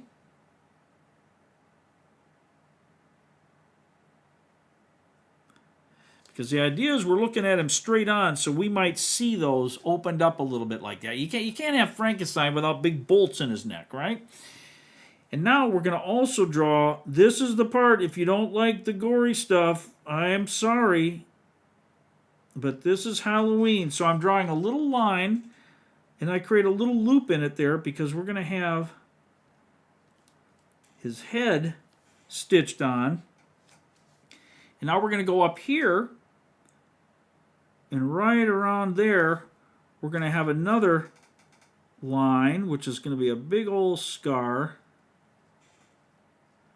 We had a lot of requests during Inktober when I would do the so-called creepy drawings in the Tangles, and people said, "Oh, I wanted it to be even creepier." And I thought, well, I get it. That's I like that stuff too. I have fun with it. And we're going to do that here. And now we need to give him his hair. So I'm going to draw a nice, simple line up here. I'm going to draw it just above his head. On this outside, it's going to come down. And then the inside part, just draw yourself some wavy lines that keep his hair way up like that. Now we have got ourselves an awesome Frankenstein face. Now you watch this thing come to life as we shade and ink and color and so on, all right? So let's do that first. We'll finish our face, then we'll complete our entire drawing. So let's do that. Let's grab our ink pens now. And we're going to start inking this in. So we're going to trace this entire outside of our drawing, right? Just like we have it here. And you can do it in any order. There's no order. That you just want to be mindful of the pieces that overlap so that you don't draw, your line through those things. So here I'm going to create this, and I'm going to make this brow line here a little more pronounced because I want that. And we'll see here what we're going to do with all this. And I'm going to have a kind of a broken line on the top there, because I don't want that as distinct as I want this really heavy, thick brow. All right, so we're just laying that in. Let's get the eyeball in here.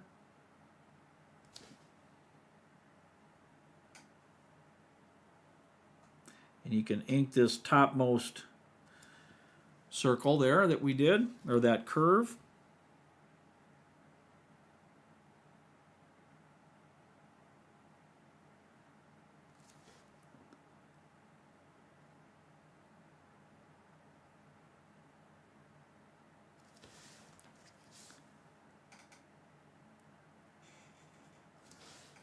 All right, now let's just do very gentle lines here, a little harder there.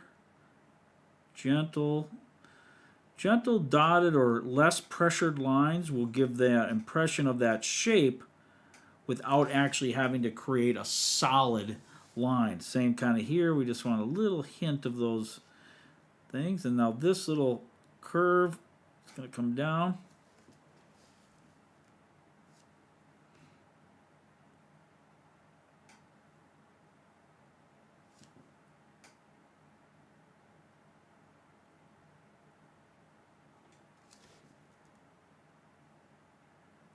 Just following all these lines to get that effect that we want. Now I'm going to finish his ear here.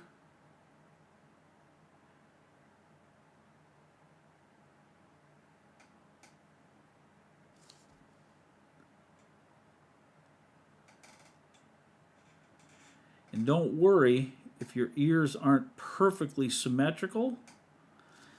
I challenge you to see any human being's ears that are perfectly symmetrical. It just doesn't happen. I'm making some very simple little hatch marks on this inner part of the ear just to indicate that it's in the shadow more. It's darker there. And now I'm going to draw this little line for the mouth. I'm going to darken it a little bit here and there, just in spots to show some shape to it. I don't want it to be super heavy, but I want it to be visible. And then the bottom lip line. This little line here is going to get darkened a little too. Little weighting, if you want to use Zentangle terminology here, on our cartoon drawing. And if you want a little less rigid face, you could draw more curves and less edges to it. That sometimes helps to soften that. It's up to you how you want to do that. I'm just showing you my version of a cartoon Frankenstein, or my version today. I've drawn so many different Frankensteins, I don't even know if there is a my version. I just kind of do them whatever I'm feeling like.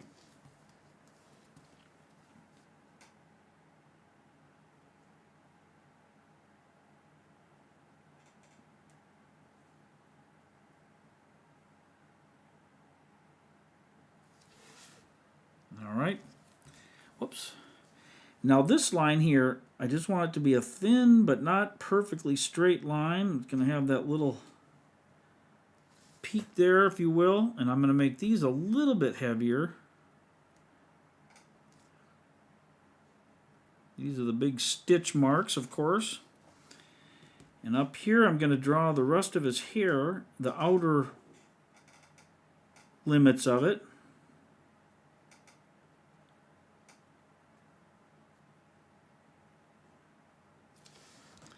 All right.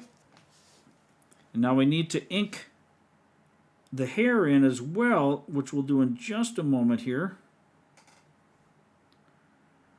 Gotta have another big scar, though, if you're Frankenstein. You can't be pieced together by... Well, he's actually the monster, as we know. Frankenstein was the doctor that made him. But at this point, we're going to just ink in his hair solid black. In fact, I'm going to grab a little different pen, a little heavier.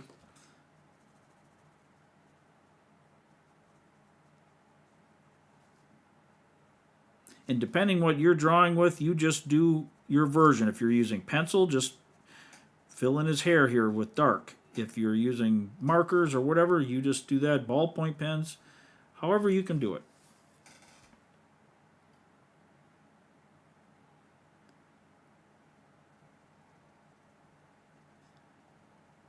Let's see here. Let me check my Jackie stuff.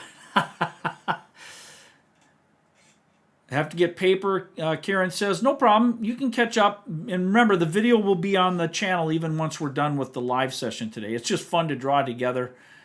And hopefully everyone is enjoying this impromptu Toon Alert here as we do our live session. I know it's churning up some time in your day, and I appreciate that you're spending it with us. That's very, very, very much appreciated, and we are hoping you're enjoying yourselves. We're going to make this a worthwhile Halloween drawing here. So we're not just going to draw a face. We're going to finish this whole drawing. You're going to have a piece of finished art if you stay with us the whole session today.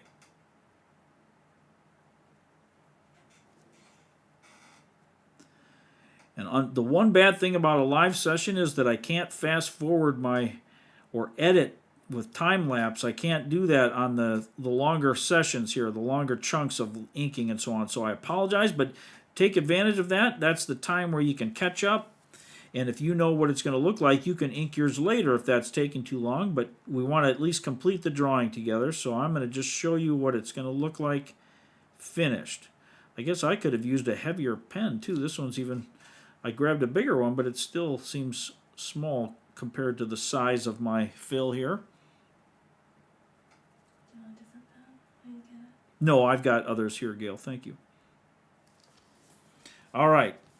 So now we have the basic of our face, and we're going to add some some shading and details here, but we need to get our other elements in place too. So let's go back to our pencil and let's do some of that. So what we want to do here is we want to create a line that kind of goes, just maybe watch where I'm putting this, that kind of goes over here and goes behind his head, picks up over here, and climbs right up, something like that. Actually, you know what? I'm going to change that a little bit. I remembered one other thing I wanted to do. See, here's eraser. It's okay. It's all right. It works. All right. Let's do the same idea. I'm going to bring this up a little more quickly, this line, and a little more gently into here, because I want to bring it up somewhere. I'm trying to gauge here where I want this to be. Kind of like that, I think. So we'll get rid of this top stuff. See, this is the fun of creating on the fly. I don't have this all mapped out. We're just going to make it happen. All right, so we're creating a little hill. So let's say we start that hill or a background, and it goes up not quite to the top of Frank's head there, but about there. Now from here, we need to draw a little, or not so little, but a weird, cartoon, demented, creepy house up on top of the hill. So here's what we're going to do. Just watch the steps. It's very, very simple. We're going to draw a line. First of all, if you want to look at it in terms of shapes, let's draw a shape that goes up here. A shape that goes up here. Like just a simple shape. I'm trying to break this down in the simplest form for you. And a shape that goes off there. And then we're going to have this coming up and going like that. All right, so now we can refine this a little bit. Now here's what we're going to do. So this is a big, creepy, castle-y sort of house in the background. So there's going to be a level there. There's going to be a level up here. But that level is going to have some other components to it. Like we're going to have a nice big peak up there. So we're going to have a similar thing up here. So I'm just adding like that roof look to it, right? And don't worry about the details because we can ink all of this in. It's going to be a black silhouette here in the background. It's just got to be a corny looking house that we're going to add some creepy scene to. So here and then we're going to have a window, let's say right here. Oh, maybe we have another one down here. We have our big door right there. It doesn't have to look like anything real, right? This is a cartoon background so that we can make an entire drawing. And that's all we're doing. And I'm going to put another little window right over here. It doesn't have to be realistic. This is a cartoon drawing.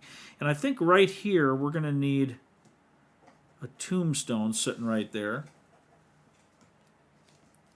Now down here, actually before we go down here, let's go right here. We're going to draw the moon. We got to have the moon in the background here. So let's do a circle. As best we can make a circle, and just do this in pencil if you're wondering. About like that. And now right here, down kind of by Frank, down at this hill area, we're going to draw a little tree that's also far, far in the background. And it's going to be kind of a strange tree with some branches coming out. We'll create some little interesting shapes here as this climbs its way up, and one of its branches is going to go off here into the silhouette of our moon.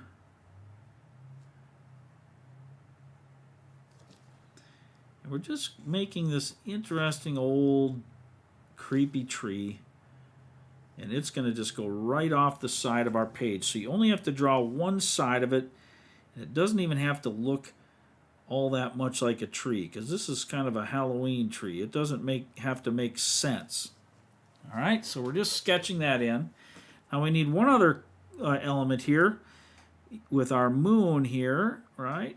Now we need to draw the traditional kind of bird shape, okay? But make one big one that you can do into a bat. Now, if you did our Tangles and Toons Inktober, you kind of know how we can draw a bat, at least one way. So we're just drawing that outline. He's way, way up there. And then up here, we're going to have another one that's a little smaller, so we don't need as much detail. We're just going to put that there, and maybe even one over here. All right. So there is our layout. So now we got to ink this, but this is actually easy. Oh, I almost forgot one piece. We have to draw our walkway, our path that's going to come down from our house, at least the outer edges of it here. So as it gets closer down the hill, it's widening up a bit. And let's have it curve. If it goes off your paper, that's okay. If you've got a different size paper, you can fit that in. We just need something there that we're going to bring that down. Okay? So it's like Frank came out of this crazy house. He walked down the path, and now he's staring us right in the face. And we want to see what's going to happen. So now we need to ink this. But here's what we're going to do. We can ink the outline, and then we're going to fill the whole thing black except for the walkway and the windows and the doors. You'll see what I'm talking about. So here's what we do. We finalize our shape here, outside only, because the whole thing is going to become a silhouette. So you don't need to draw inner details except for the details that will be left white. You'll need to know where those go, and that's why I helped you to see that. So it's very simple. We just drew these really simple lines. There's nothing fancy here. Nothing that you have to spend 40 years in art school to learn. Let me do that for you. I did the 40 years, and now you can you can pick up on it. So we're just drawing some real simple shapes here.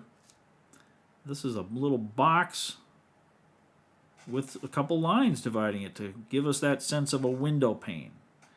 And they don't have to be in architecturally precise places. We want it to look sort of off, like what's with that house? This is a big old creepy place where Frankenstein lives. We don't need to worry about building code or anything like that, right? I'm going to draw that. And now let's draw the edge of our ground.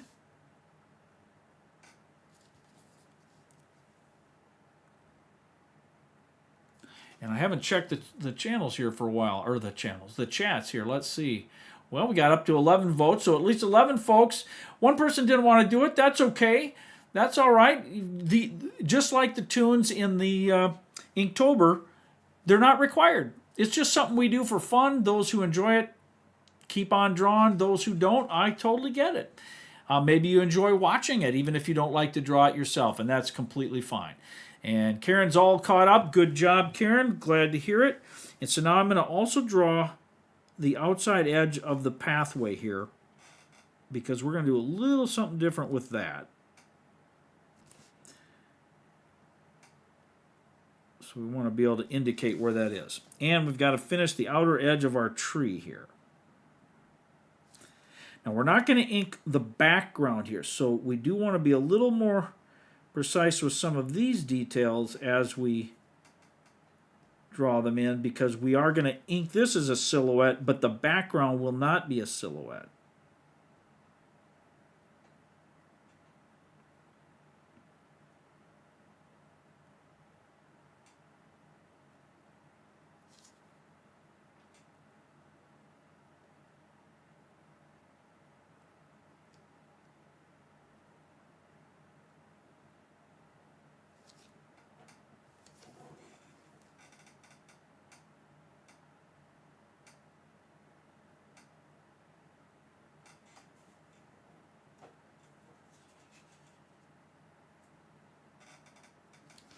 All right, and we're not going to ink the outside of the moon. We don't want to do that, because that will help actually work against us in our final step here, where we have our white chalk pencils that we're going to use to create some glowing details. So we don't want to create a hard black edge on that, but we can ink our bats in, okay?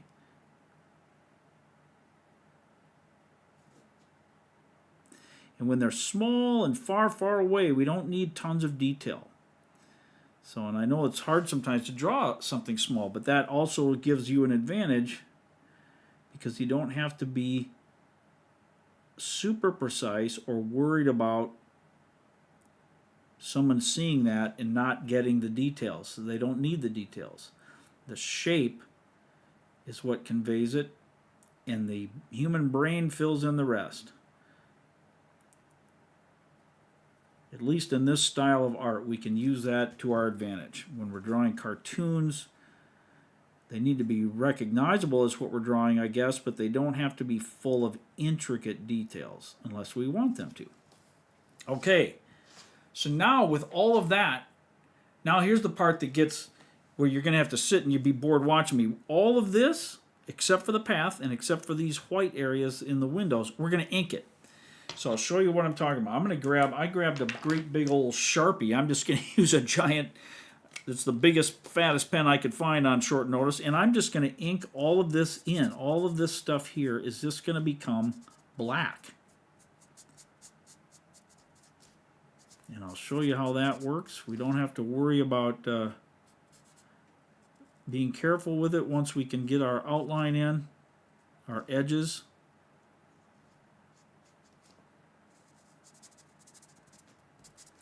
We're going to just make all of this a silhouette.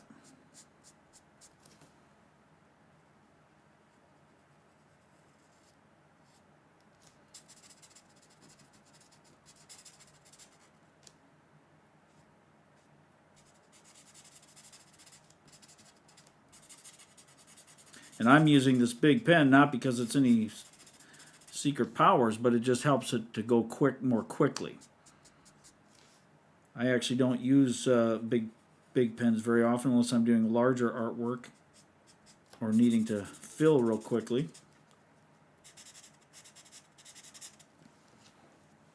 And I'm going to put this underneath so I don't write all over my desk.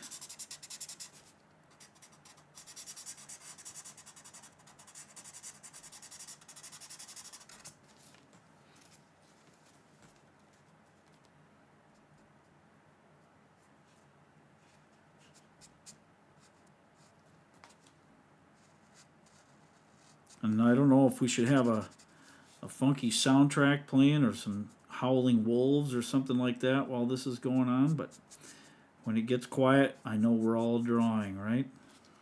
That's right.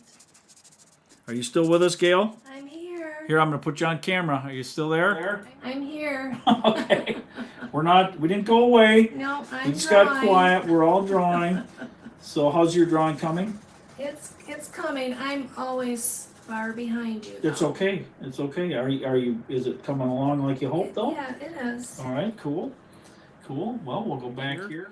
So I hope everybody's doing well and continuing on. Is everybody keeping up with the drawing? Are we having fun? Rashawn? I'm sorry, Risha on the move. Okay, so I hope I'm saying that correct. Says I make these types of drawings too. Good. I'm glad you enjoy them. I'm glad you like doing different things, right? Do you do Zentangle as well? Is it just cartooning, or what types of work do you like to do, Rashawn? Risa? I'm sorry if I'm saying that horribly. Forgive me for torturing your name there.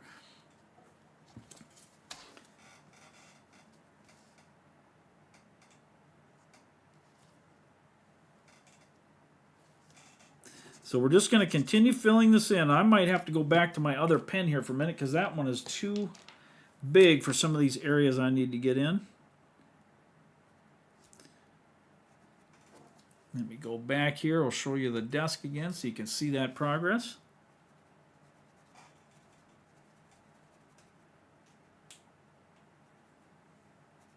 We just want to create a huge silhouette, which is kind of a fun way to do backgrounds in cartoons and in other drawings as well. But it's common in cartoons. You'll see the foreground elements will be more detailed and the background elements will be silhouetted or just very, very far in the distance so they don't have the detail. And this is just a fun way to do kind of a dark, ominous look for our Halloween drawing here. A day late, nevertheless, but we'll get it done for our... I just couldn't do the the live show yesterday, so I'm hoping that it worked out well for folks today.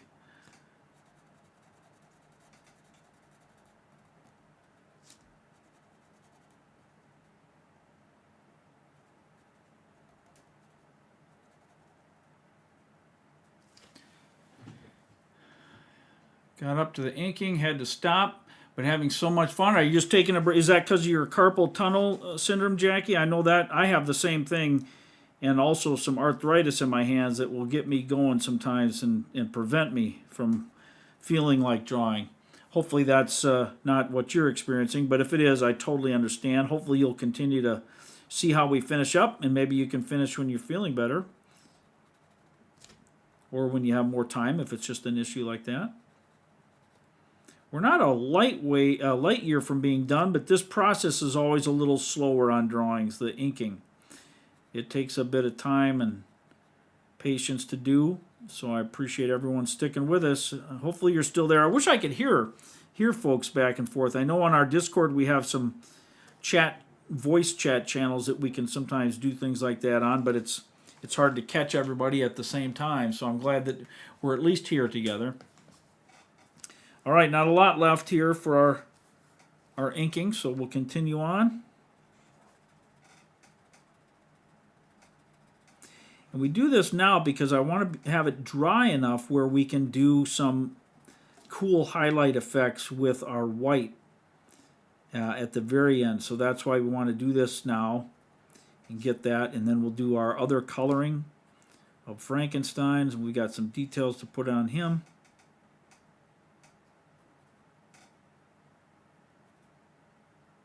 We spent a lot of time chatting today, which I really enjoyed. Hopefully you did too, but I know that just makes the whole stream that much longer.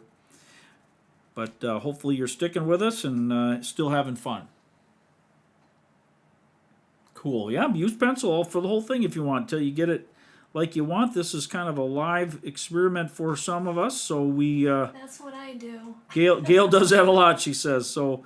But yeah, it's okay. There's no shame or anything in that. It's just if you want to complete it the way I'm showing it here, I want to show you the whole process, and you can either do that or alter it to your own preferences. That's the bottom line. There is no right or wrong way. There's no art police that are going to come after you.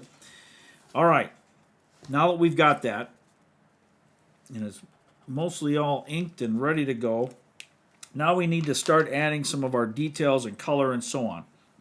So, what we want to do next is work on Frankenstein. Good old Frank here. I'm trying to find my pen. Here it is. We need to add some dark lines here for him. So we want some lines around his eyes. And you can make just a few little thin lines if you'd like. And then I'm going to do some along the side of his face here. And I'm making little hatch marks that are slightly curved along the bottom of this pronounced brow. And that's going to help create a curvature there, as though it rolls back under his eye or on the top of his eye. But it's also going to help us with some shadowing. And so I'm going to ink this a little heavier around the top of his eye or the bottom of this brow, however you want to think of that. I want that good and dark. So I'm going to do that. And in these corners here by his eyes, I want that quite dark as well, as it comes out there. Just a few little marks to help accentuate Frank here as we get into it, and maybe a little darkening around these lines here. I just want to create a more natural look and shadowed look to that. And we're going to add some shading. Now, we need to add some little hatch marks along these cheeks. These cheekbones are definitely going to be more pronounced on the Frankenstein's monster here. So I'm just adding some simple hatch lines to add shading. And we'll do that down here on the base of his chin as well.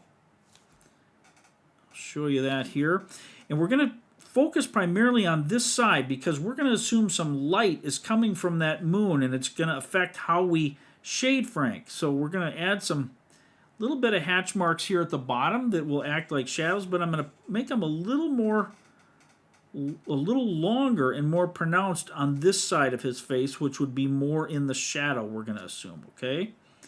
That's kind of how we're going to shape our Frankenstein. I'm going to make a little, very fine lines here around his ears too, just to give some form to that. It looks like my inking got a little crazy on that side, so I'll shape his ear a little bit here.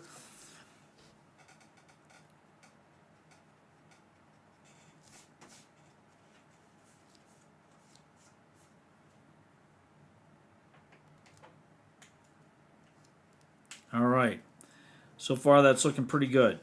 Now I'm going to add just a couple little subtle lines up here for his brow, just to give that a little more natural look there as well. And we're getting just about ready to go. Whoops, I missed a little spot of inking down here. Let's just fill that in real quick.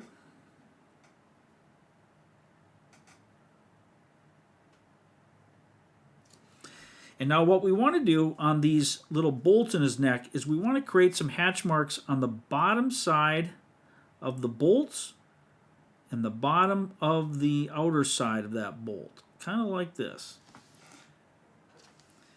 Because that part would be in the shadow down from the light up above there. So we want to make those marks, and we're going to use some color to do that. And we're going to do the rest here with our pencil and make those the shades on Frankenstein here come to life. Okay, so now we can go for our graphite. Oh, actually, I wanted to do one thing up here. Let's add, let's see, how do we want to do this? Let's just add some basic hatching here so that it's catching some of the light from the moon, but we don't want to ink it completely. That just so it's not white sitting there in the background. All right, now with our graphite, our pencils, we want to add some shading here. So we're going to do this around his cheekbones and the sides of his face. We're definitely going to add some at the top of his nose, the bottom of his nose, and just underneath his nose needs to have some shadow. We want this to look as good as we can this time around. And around the eye, especially the right eye, as you look at him, his right eye, and on this right side, because that is where the shadow is going to be most pronounced if the light's coming over his left shoulder. So I'm adding some graphite here that I can blend. And on these areas, I'm going to put a little bit where his brow lines were, a little bit there along the scar. I'll show you why we're doing that here shortly. We can put some on his ears too, because they're a little bit facing away from the moon there, and they're kind of behind his face, so we want to be able to acknowledge that with our shadowing and around the eyes. But now we want to add some nice darkness at the bottom of these brows and in those eyelids there. Kind of make him look a little droopy. Now, once we've laid some of that graphite down, you're going to take your tortillon or your paper, whoops, and I also wanted to add some along his hairline. Just a little bit and down along the sides. Up where his hair is, I don't want it to be black like his hair is, but I do want it to show some sense of shadow. And along this, what is the right side of his face, like I said, is going to be more in that shadow area. So we're doing this, and now we're just going to smooth this out and blend it a little bit.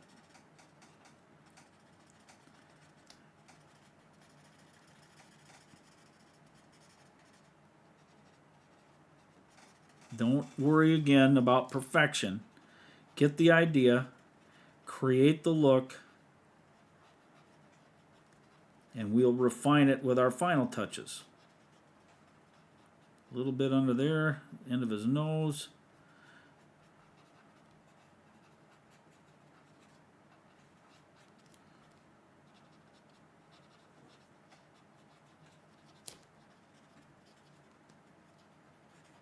Get those ears in there. All right, now what we need to do too is we're going to draw some shadow this way, like coming from his face onto his neck A little darker at the base where his chin is, and then we'll blend that out.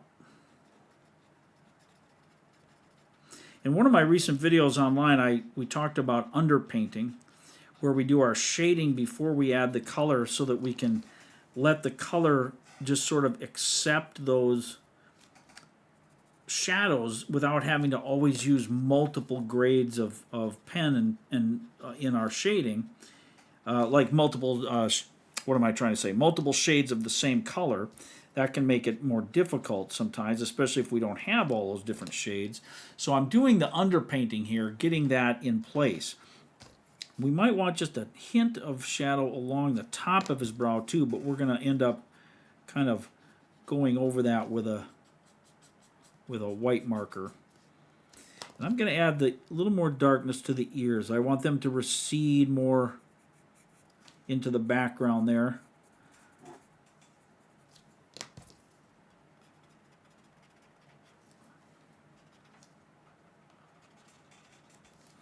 And now I'm going to do a little bit here, but not much on this side. That's catching the light, but I want to have some tonal difference. Now, before we can do our final in the background here, because I don't want to get too much graphite all over it, we're going to go to the pens. Now, what I'm choosing to do is I have several alcohol markers of green. Now, these are the colors I'm using here. Whoops, you can see that sort of well. But I'm going to start with the absolute lightest green first, and I'm going to color in my entire Frankenstein. The whole thing, except for his eyes. I'm not going to color his eyes yet.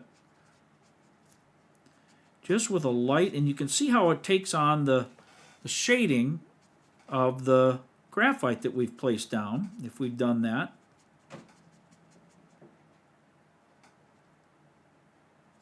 But we're just giving him now that traditional cartoon green ink color that Frankenstein would have. And you could use color pencils, watercolors, whatever. There's no right or wrong to that. I'm just doing this for time and ease. And I like working with my markers.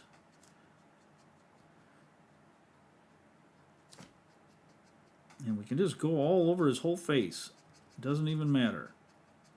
Face and neck. We're just giving him some colors here. And you see how those shadows, they stick around.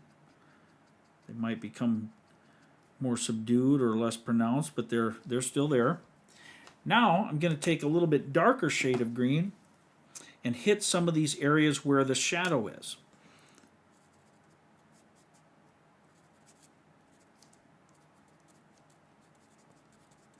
Just little touches. I don't want to color him completely the other color of green, but it just takes on that darker hue.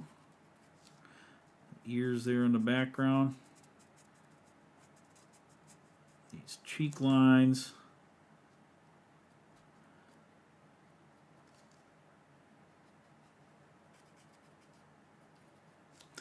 Around the eyes.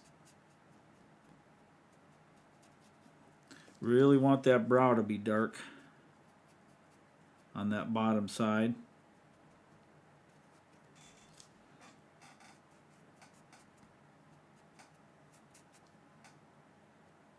A little bit under the nose there and the end of the nose.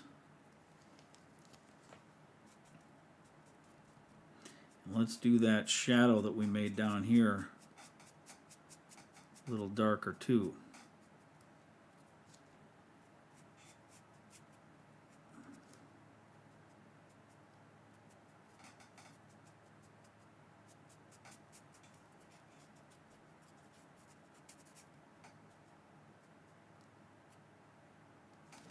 Just like that.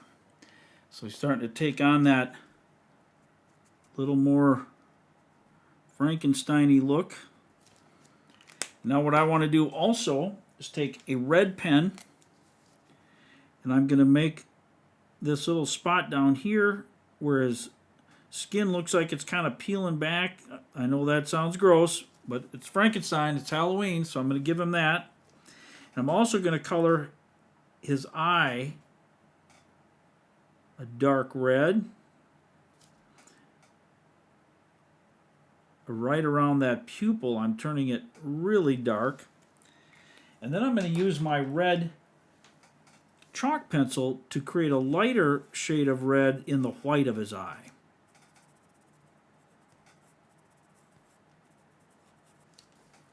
And we'll blend that if we need to just a little bit to smooth it out.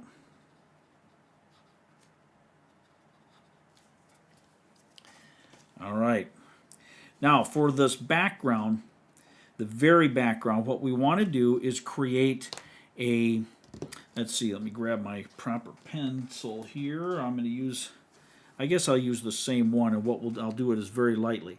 I want to lightly add a gray type background. It'll be a lot lighter than this black that we've done, a lot lighter, but it will make it appear as though we're at night, and we don't want to go into the moon there at all. Just stay outside of that little penciled circle you created, and just start to lay some graphite down, whichever pencil you have, a number 2, a number 4, etc., into all these areas. And we're going to also shade this onto our walkway.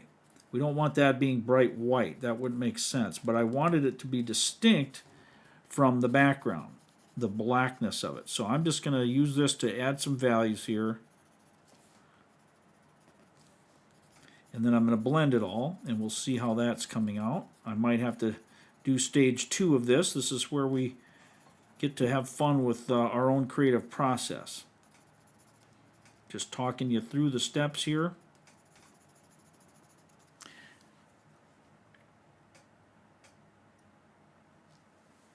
All right, well, Jackie's got her vote for Long Lives. Well, I'm glad, because this one's definitely going a lot longer than our normal videos, so I hope you are enjoying it, everyone, and having some fun with this process. So now I'm just blending this graphite here. I want to create, and I don't mind, actually, at this point, if it's kind of blotchy. The sky doesn't always have, like, a perfect smoothness to its colors, and so I want to just fill this in with that sense of a deep, dusky color or shade that lets us know it's at night. And that's going to make the whole thing gel together again here. So I'm filling all this in and then blending it. I don't want it to have like gaps, but I don't mind if it's a little bit blotchy. At least in my eye, right? You may think differently.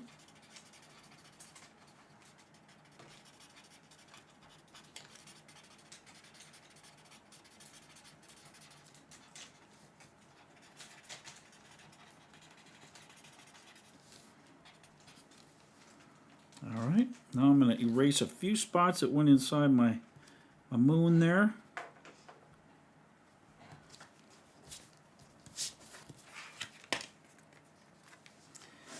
All right, now I'm going to add a little more darkness here to the excuse me, to the walkway. I'm going to do 2 things to this. I'm going to make this darker with my graphite, but I'm also going to add some ink lines here.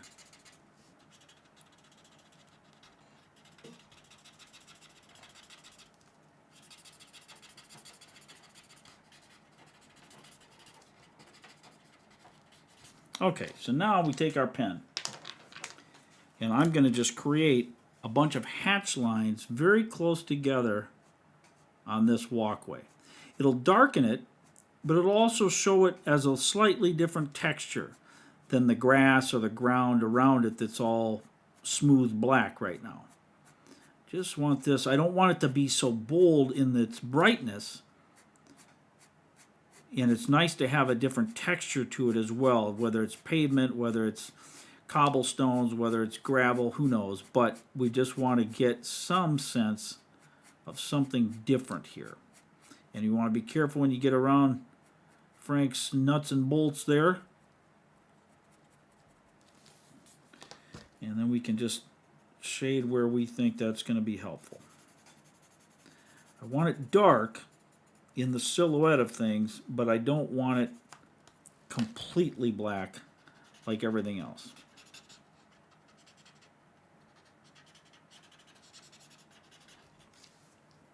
All right, now it's time for our white. we're going to start adding some highlights. So the first thing we want to do is I'm going to color in with my white chalk on this moon. Now, if you're using white paper, you may find that doing the white like this isn't going to pop. I'm using paper that has just a subtle tint of gray to it, and that just lets these highlights show up kind of nicely. If you don't have that, just make sure your white, you're going to erase any pencil marks out of it, and if you've gone through it with your graphite, you want to just get rid of that in there too, so that it's a nice clean white area that indicates the moon up there. Okay.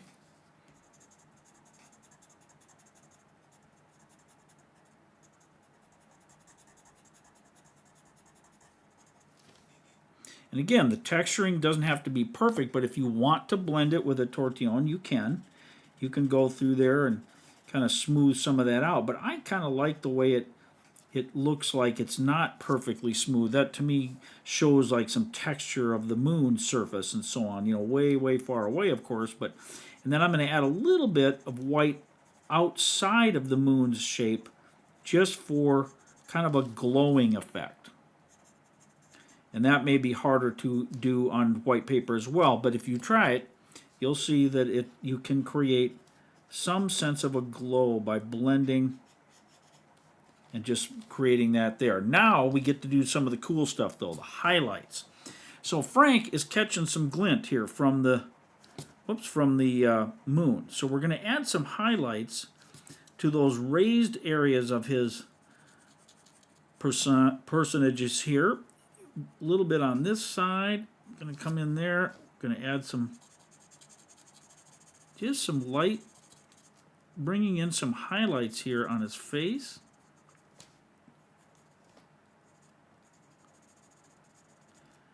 Not undoing the shading we did, but accentuating it, highlighting it.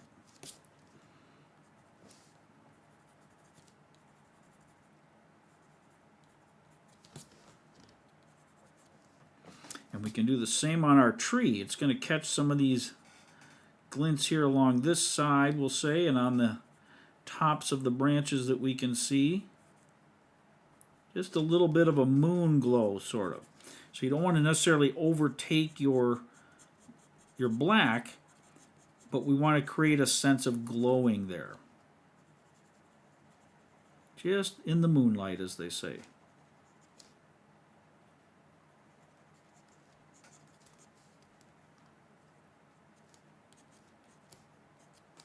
And we're going to add some here to the tops of Frank's bolts. And I like to also do a little bit around the edge of the nose there. We'll blend some of this. And we're going to add some highlights in his hair, maybe with a gel pen. All right, now up here, maybe there's some light coming out of the doorway or the windows. So I'm going to add a little bit of maybe just the moon catching the tops of this mountain or this hill or whatever this is. So we're going to blend a little bit there.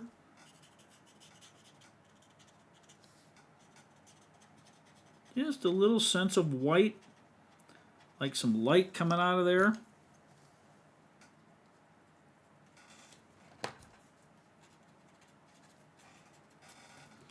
I'm going to smooth some of this on Frank here too.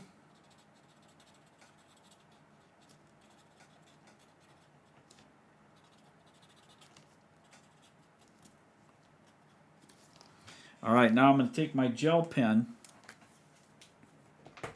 just using a jelly roll, and I'm going to add some more stark highlights along his hair.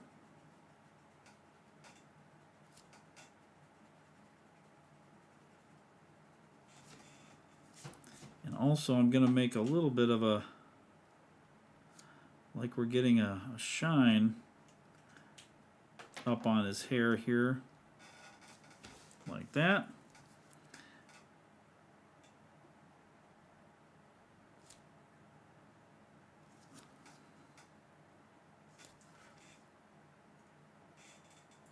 Just where we want that extra punch of bright, that's where I'm putting these these highlights here.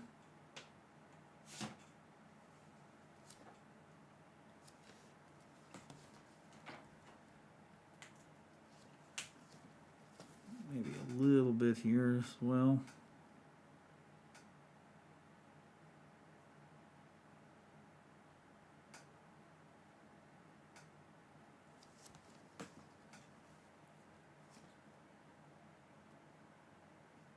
There we go, and I think we might need a little glint in his eyes there, maybe, just to help. Maybe a little on these as well.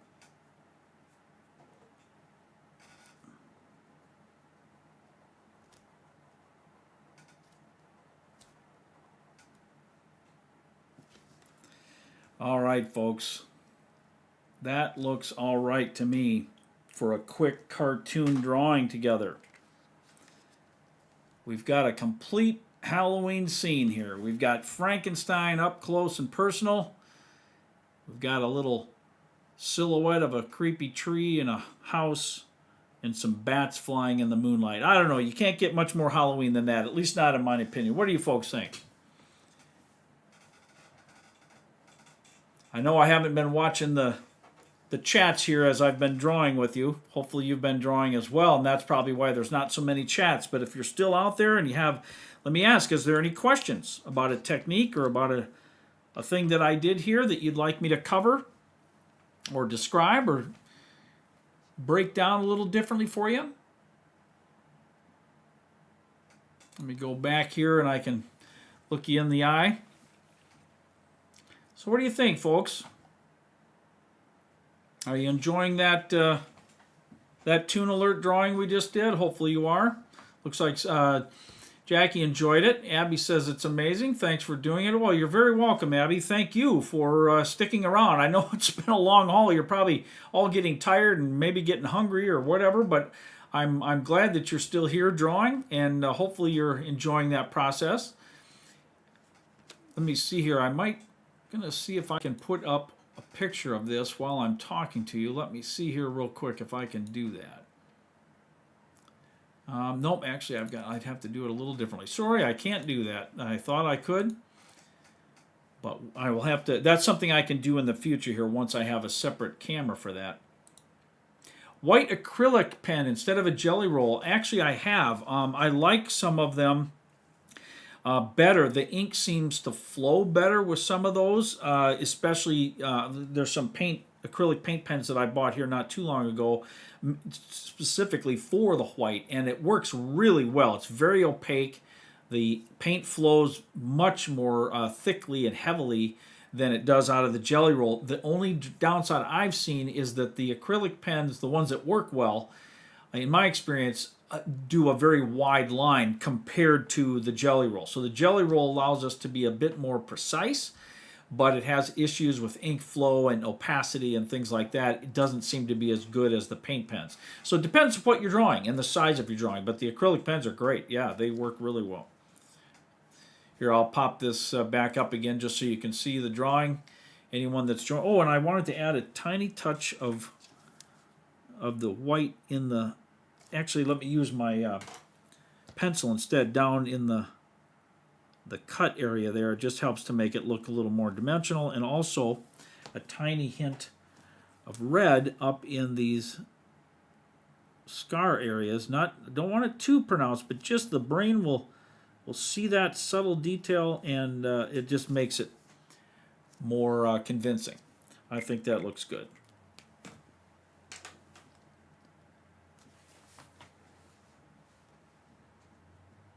What brand did I get? Let me see. I don't know if I've got those right here. Believe it or not, I think it was just some off-brand that I got at Michael's in town here, where we had a Michael's art store or craft store, and I just needed something in a pinch, and I bought a set. Bought a couple individual white ones and a set with like 5 or 6 different details. But yeah, the jelly roll is a pain. I agree. They're good pens, especially if you're doing like drawings on black. They're They're colored pens, the colored jelly rolls. So what am I trying to say here, Gail? The pastels and The moonlight. the moon. There's a series called Moonlight, and there's some that have metallic tints to them. Those are great. You still have the occasional problems with the ink flow. It just the ball does not want to roll right, or sometimes even worse, like with the white ones, the roller ball will actually pick up the ink that you've laid down, and so it makes it less opaque, and it's very frustrating. So the acrylic paint pens are fantastic, but you're going to have a little less control because the tips, even the fine tip ones, which are good, but they're still significantly larger than a jelly roll pen. So yeah, I haven't found a perfect solution to that unless you're just drawing at a larger size. Then the acrylic paint pens are fantastic. So, but on a size like this that we just were showing, it just won't be as convenient. So Abby, were you drawing along also, or do you just kind of hanging and watching, or were you doing your drawing as well? I'm just curious, not trying to put you on the spot, but I'm curious if anyone is drawing along with us or just enjoying the watching today. And not just Abby, but anyone who would like to comment.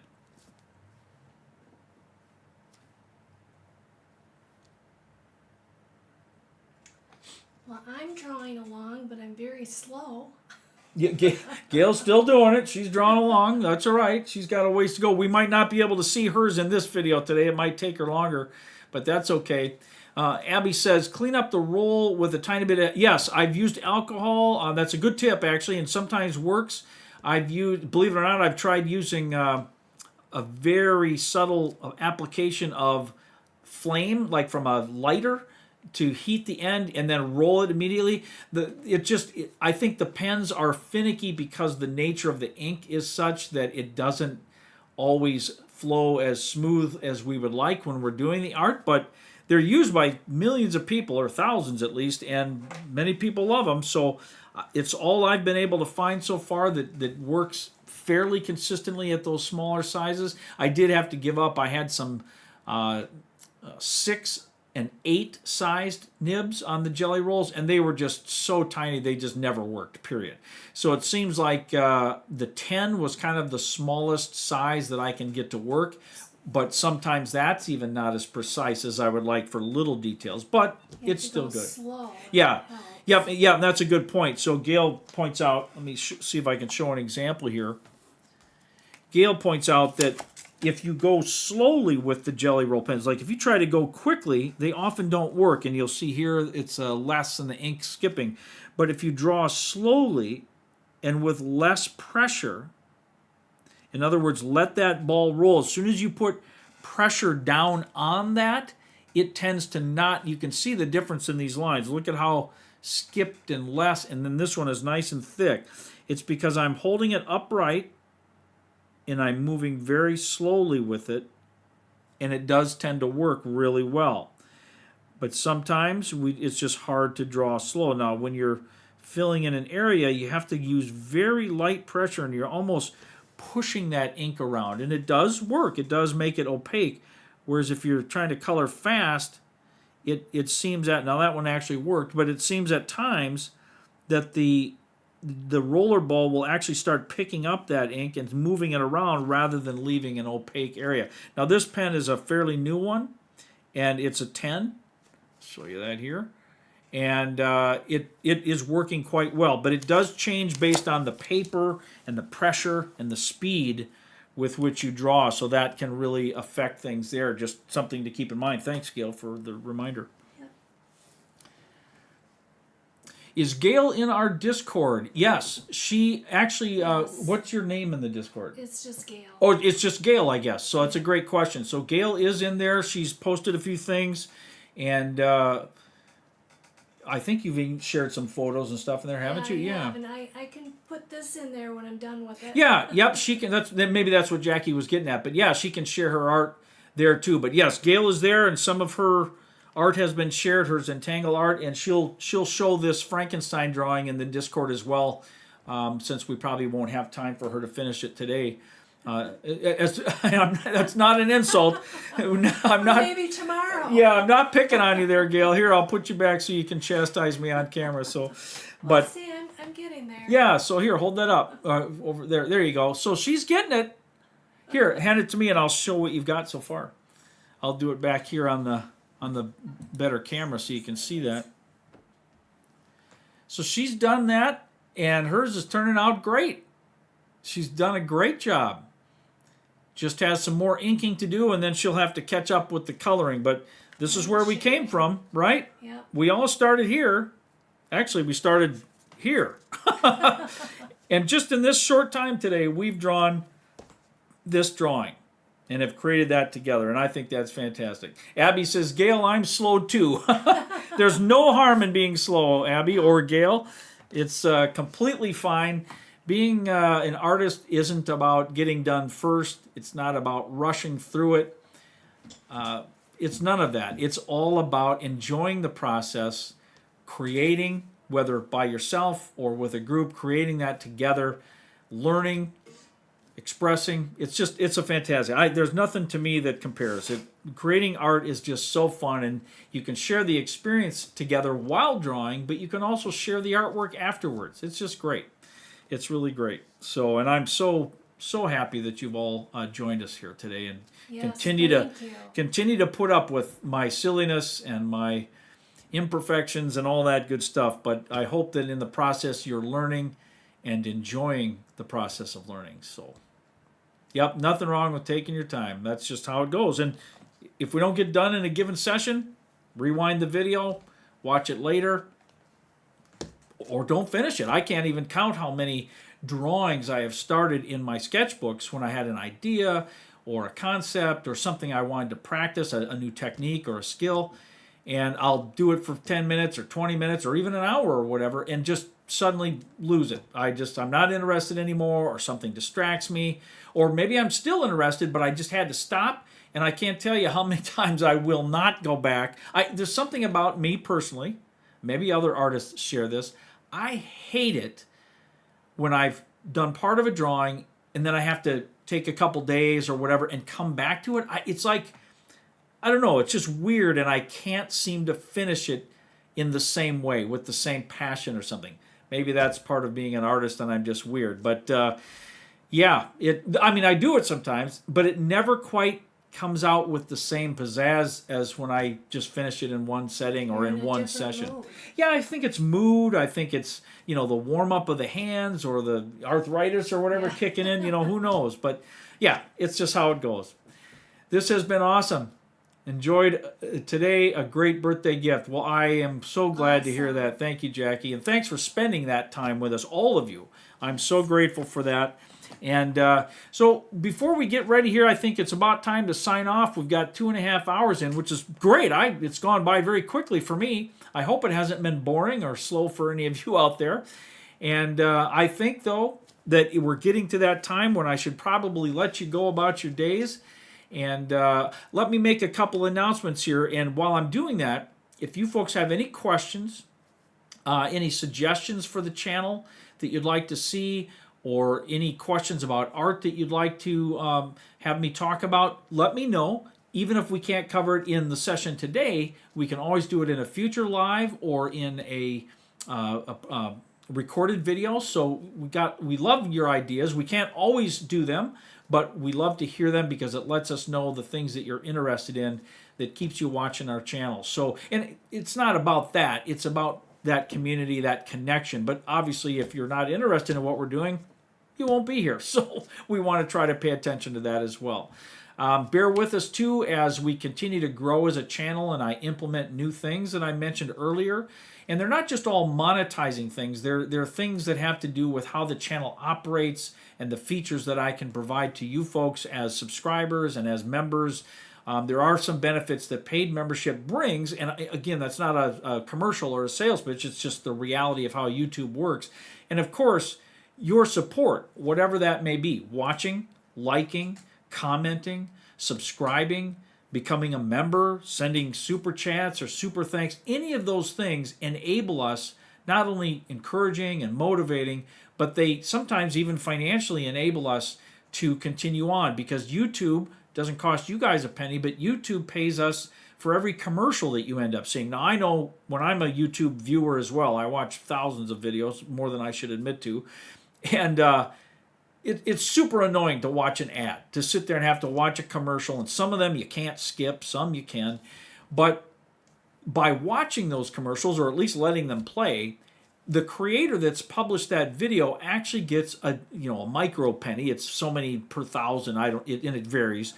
So no one's going to get rich, at least not me. I mean, some people are, but we get compensated for that. And so it really, really helps us. The more videos you watch, the more commercials you see, sadly, and the more that we can potentially earn enough to keep doing these things. So it's just that's not a sales pitch. If money's a thing, don't worry about it. I would rather you watch my videos for free for the rest of your life than spend money that you don't have. That's not my goal. But obviously, we have to survive. We have to pay bills and do the things that we need to do like anybody. So that does really help us. So, and if you have questions about that, how that works, let me know. I'll be glad. I'm transparent about it. I'm not here to get rich, but anything we can do to help supplement our time here just makes us more able to do future things as well. So hopefully that makes sense. Retro Diametra says, thank you so much. Really enjoyed the live session. Thank you. Thank you for tuning in, for sticking it out through my long-winded and babbling things. But so the announcement I wanted to make is after this lengthy Inktober session and the late nights and the last-minute struggles to keep things going, I have I need to have a few days down. I haven't even done my regular drawing during this time just due to scheduling. That's, again, not a complaint. It's reality, right? Life of a YouTube creator. But I'm going to take a few days off, so there won't be any videos for the next 3 days. I'm not exactly certain of the timing. But we will be producing more videos, art focus, Zentangle, cartoons, other drawing, maybe do some sketchbook sessions. We'll do some more lives. Maybe some sketchbook tours, things like that. People have asked about those. So I've got lots of things that I'm already planning and working on, and some of it just is going to take me a little time to put together. But I do need a couple down days for some human things that have to take place. But please don't forget about us. Please check back, keep an eye on the channel and the posts, and we will post those things, as often as we can. But it probably won't be daily like it was for Inktober. We're just going to kind of go back to a more normal schedule, and maybe we'll do some other projects in the future where there will be daily ones, but we'll probably get into a rhythm of 2, 3, 4, whatever videos a week. So anyway, hopefully that makes sense. Trish Comey says, glad I found you. Thank you. Well, I'm glad you did too, Trish. Thank you. You're the one that needs the thanks, because we couldn't do this without the support of our viewers. So thank you so very, very much. I appreciate it. And Jackie says she appreciates all we do. So thank you. And you're very welcome. You're very welcome. What will I do with no videos? Yeah, we actually feel that way too. It's like, what? Am I forgetting something? Like this morning, I said it's the first day in 31 plus days that we didn't have a daily video release. And I said, I feel like I've missed something, like I forgot to, feed the kids or something like that. So anyway, I'm glad. And Abby says, I appreciate everything you do. Well, we appreciate that so much, Abby. Thank you. And I know I got some nice messages from some other viewers who were not able to attend today's live, and they were really cool about it. They let me know, hey, we would love to be there, but we have these other things going on, and we can't be there. So that I understand 100%, and it was just super kind of them to even shoot us that message and let us know. So thank you. If you're watching this later, thank you, and you know who you are. You've sent me quite a few messages. Heidi and Anita and Mags and a whole bunch of other folks out there. So thank you very much for doing that. And let me know your questions. My email, I have a Tangles and Toons email that's listed on the channel. You have to click a button, I think, to have it reveal that for you, but it's there. You can send emails. The emails I'm going to be less frequent responding to just because of the volume, but I do try very much to read and respond to every comment that comes in. Now, in the future, if we one day have a large number of subscribers, I don't know if that'll be possible just due to sheer time. But for now, I am reading and responding to every single one.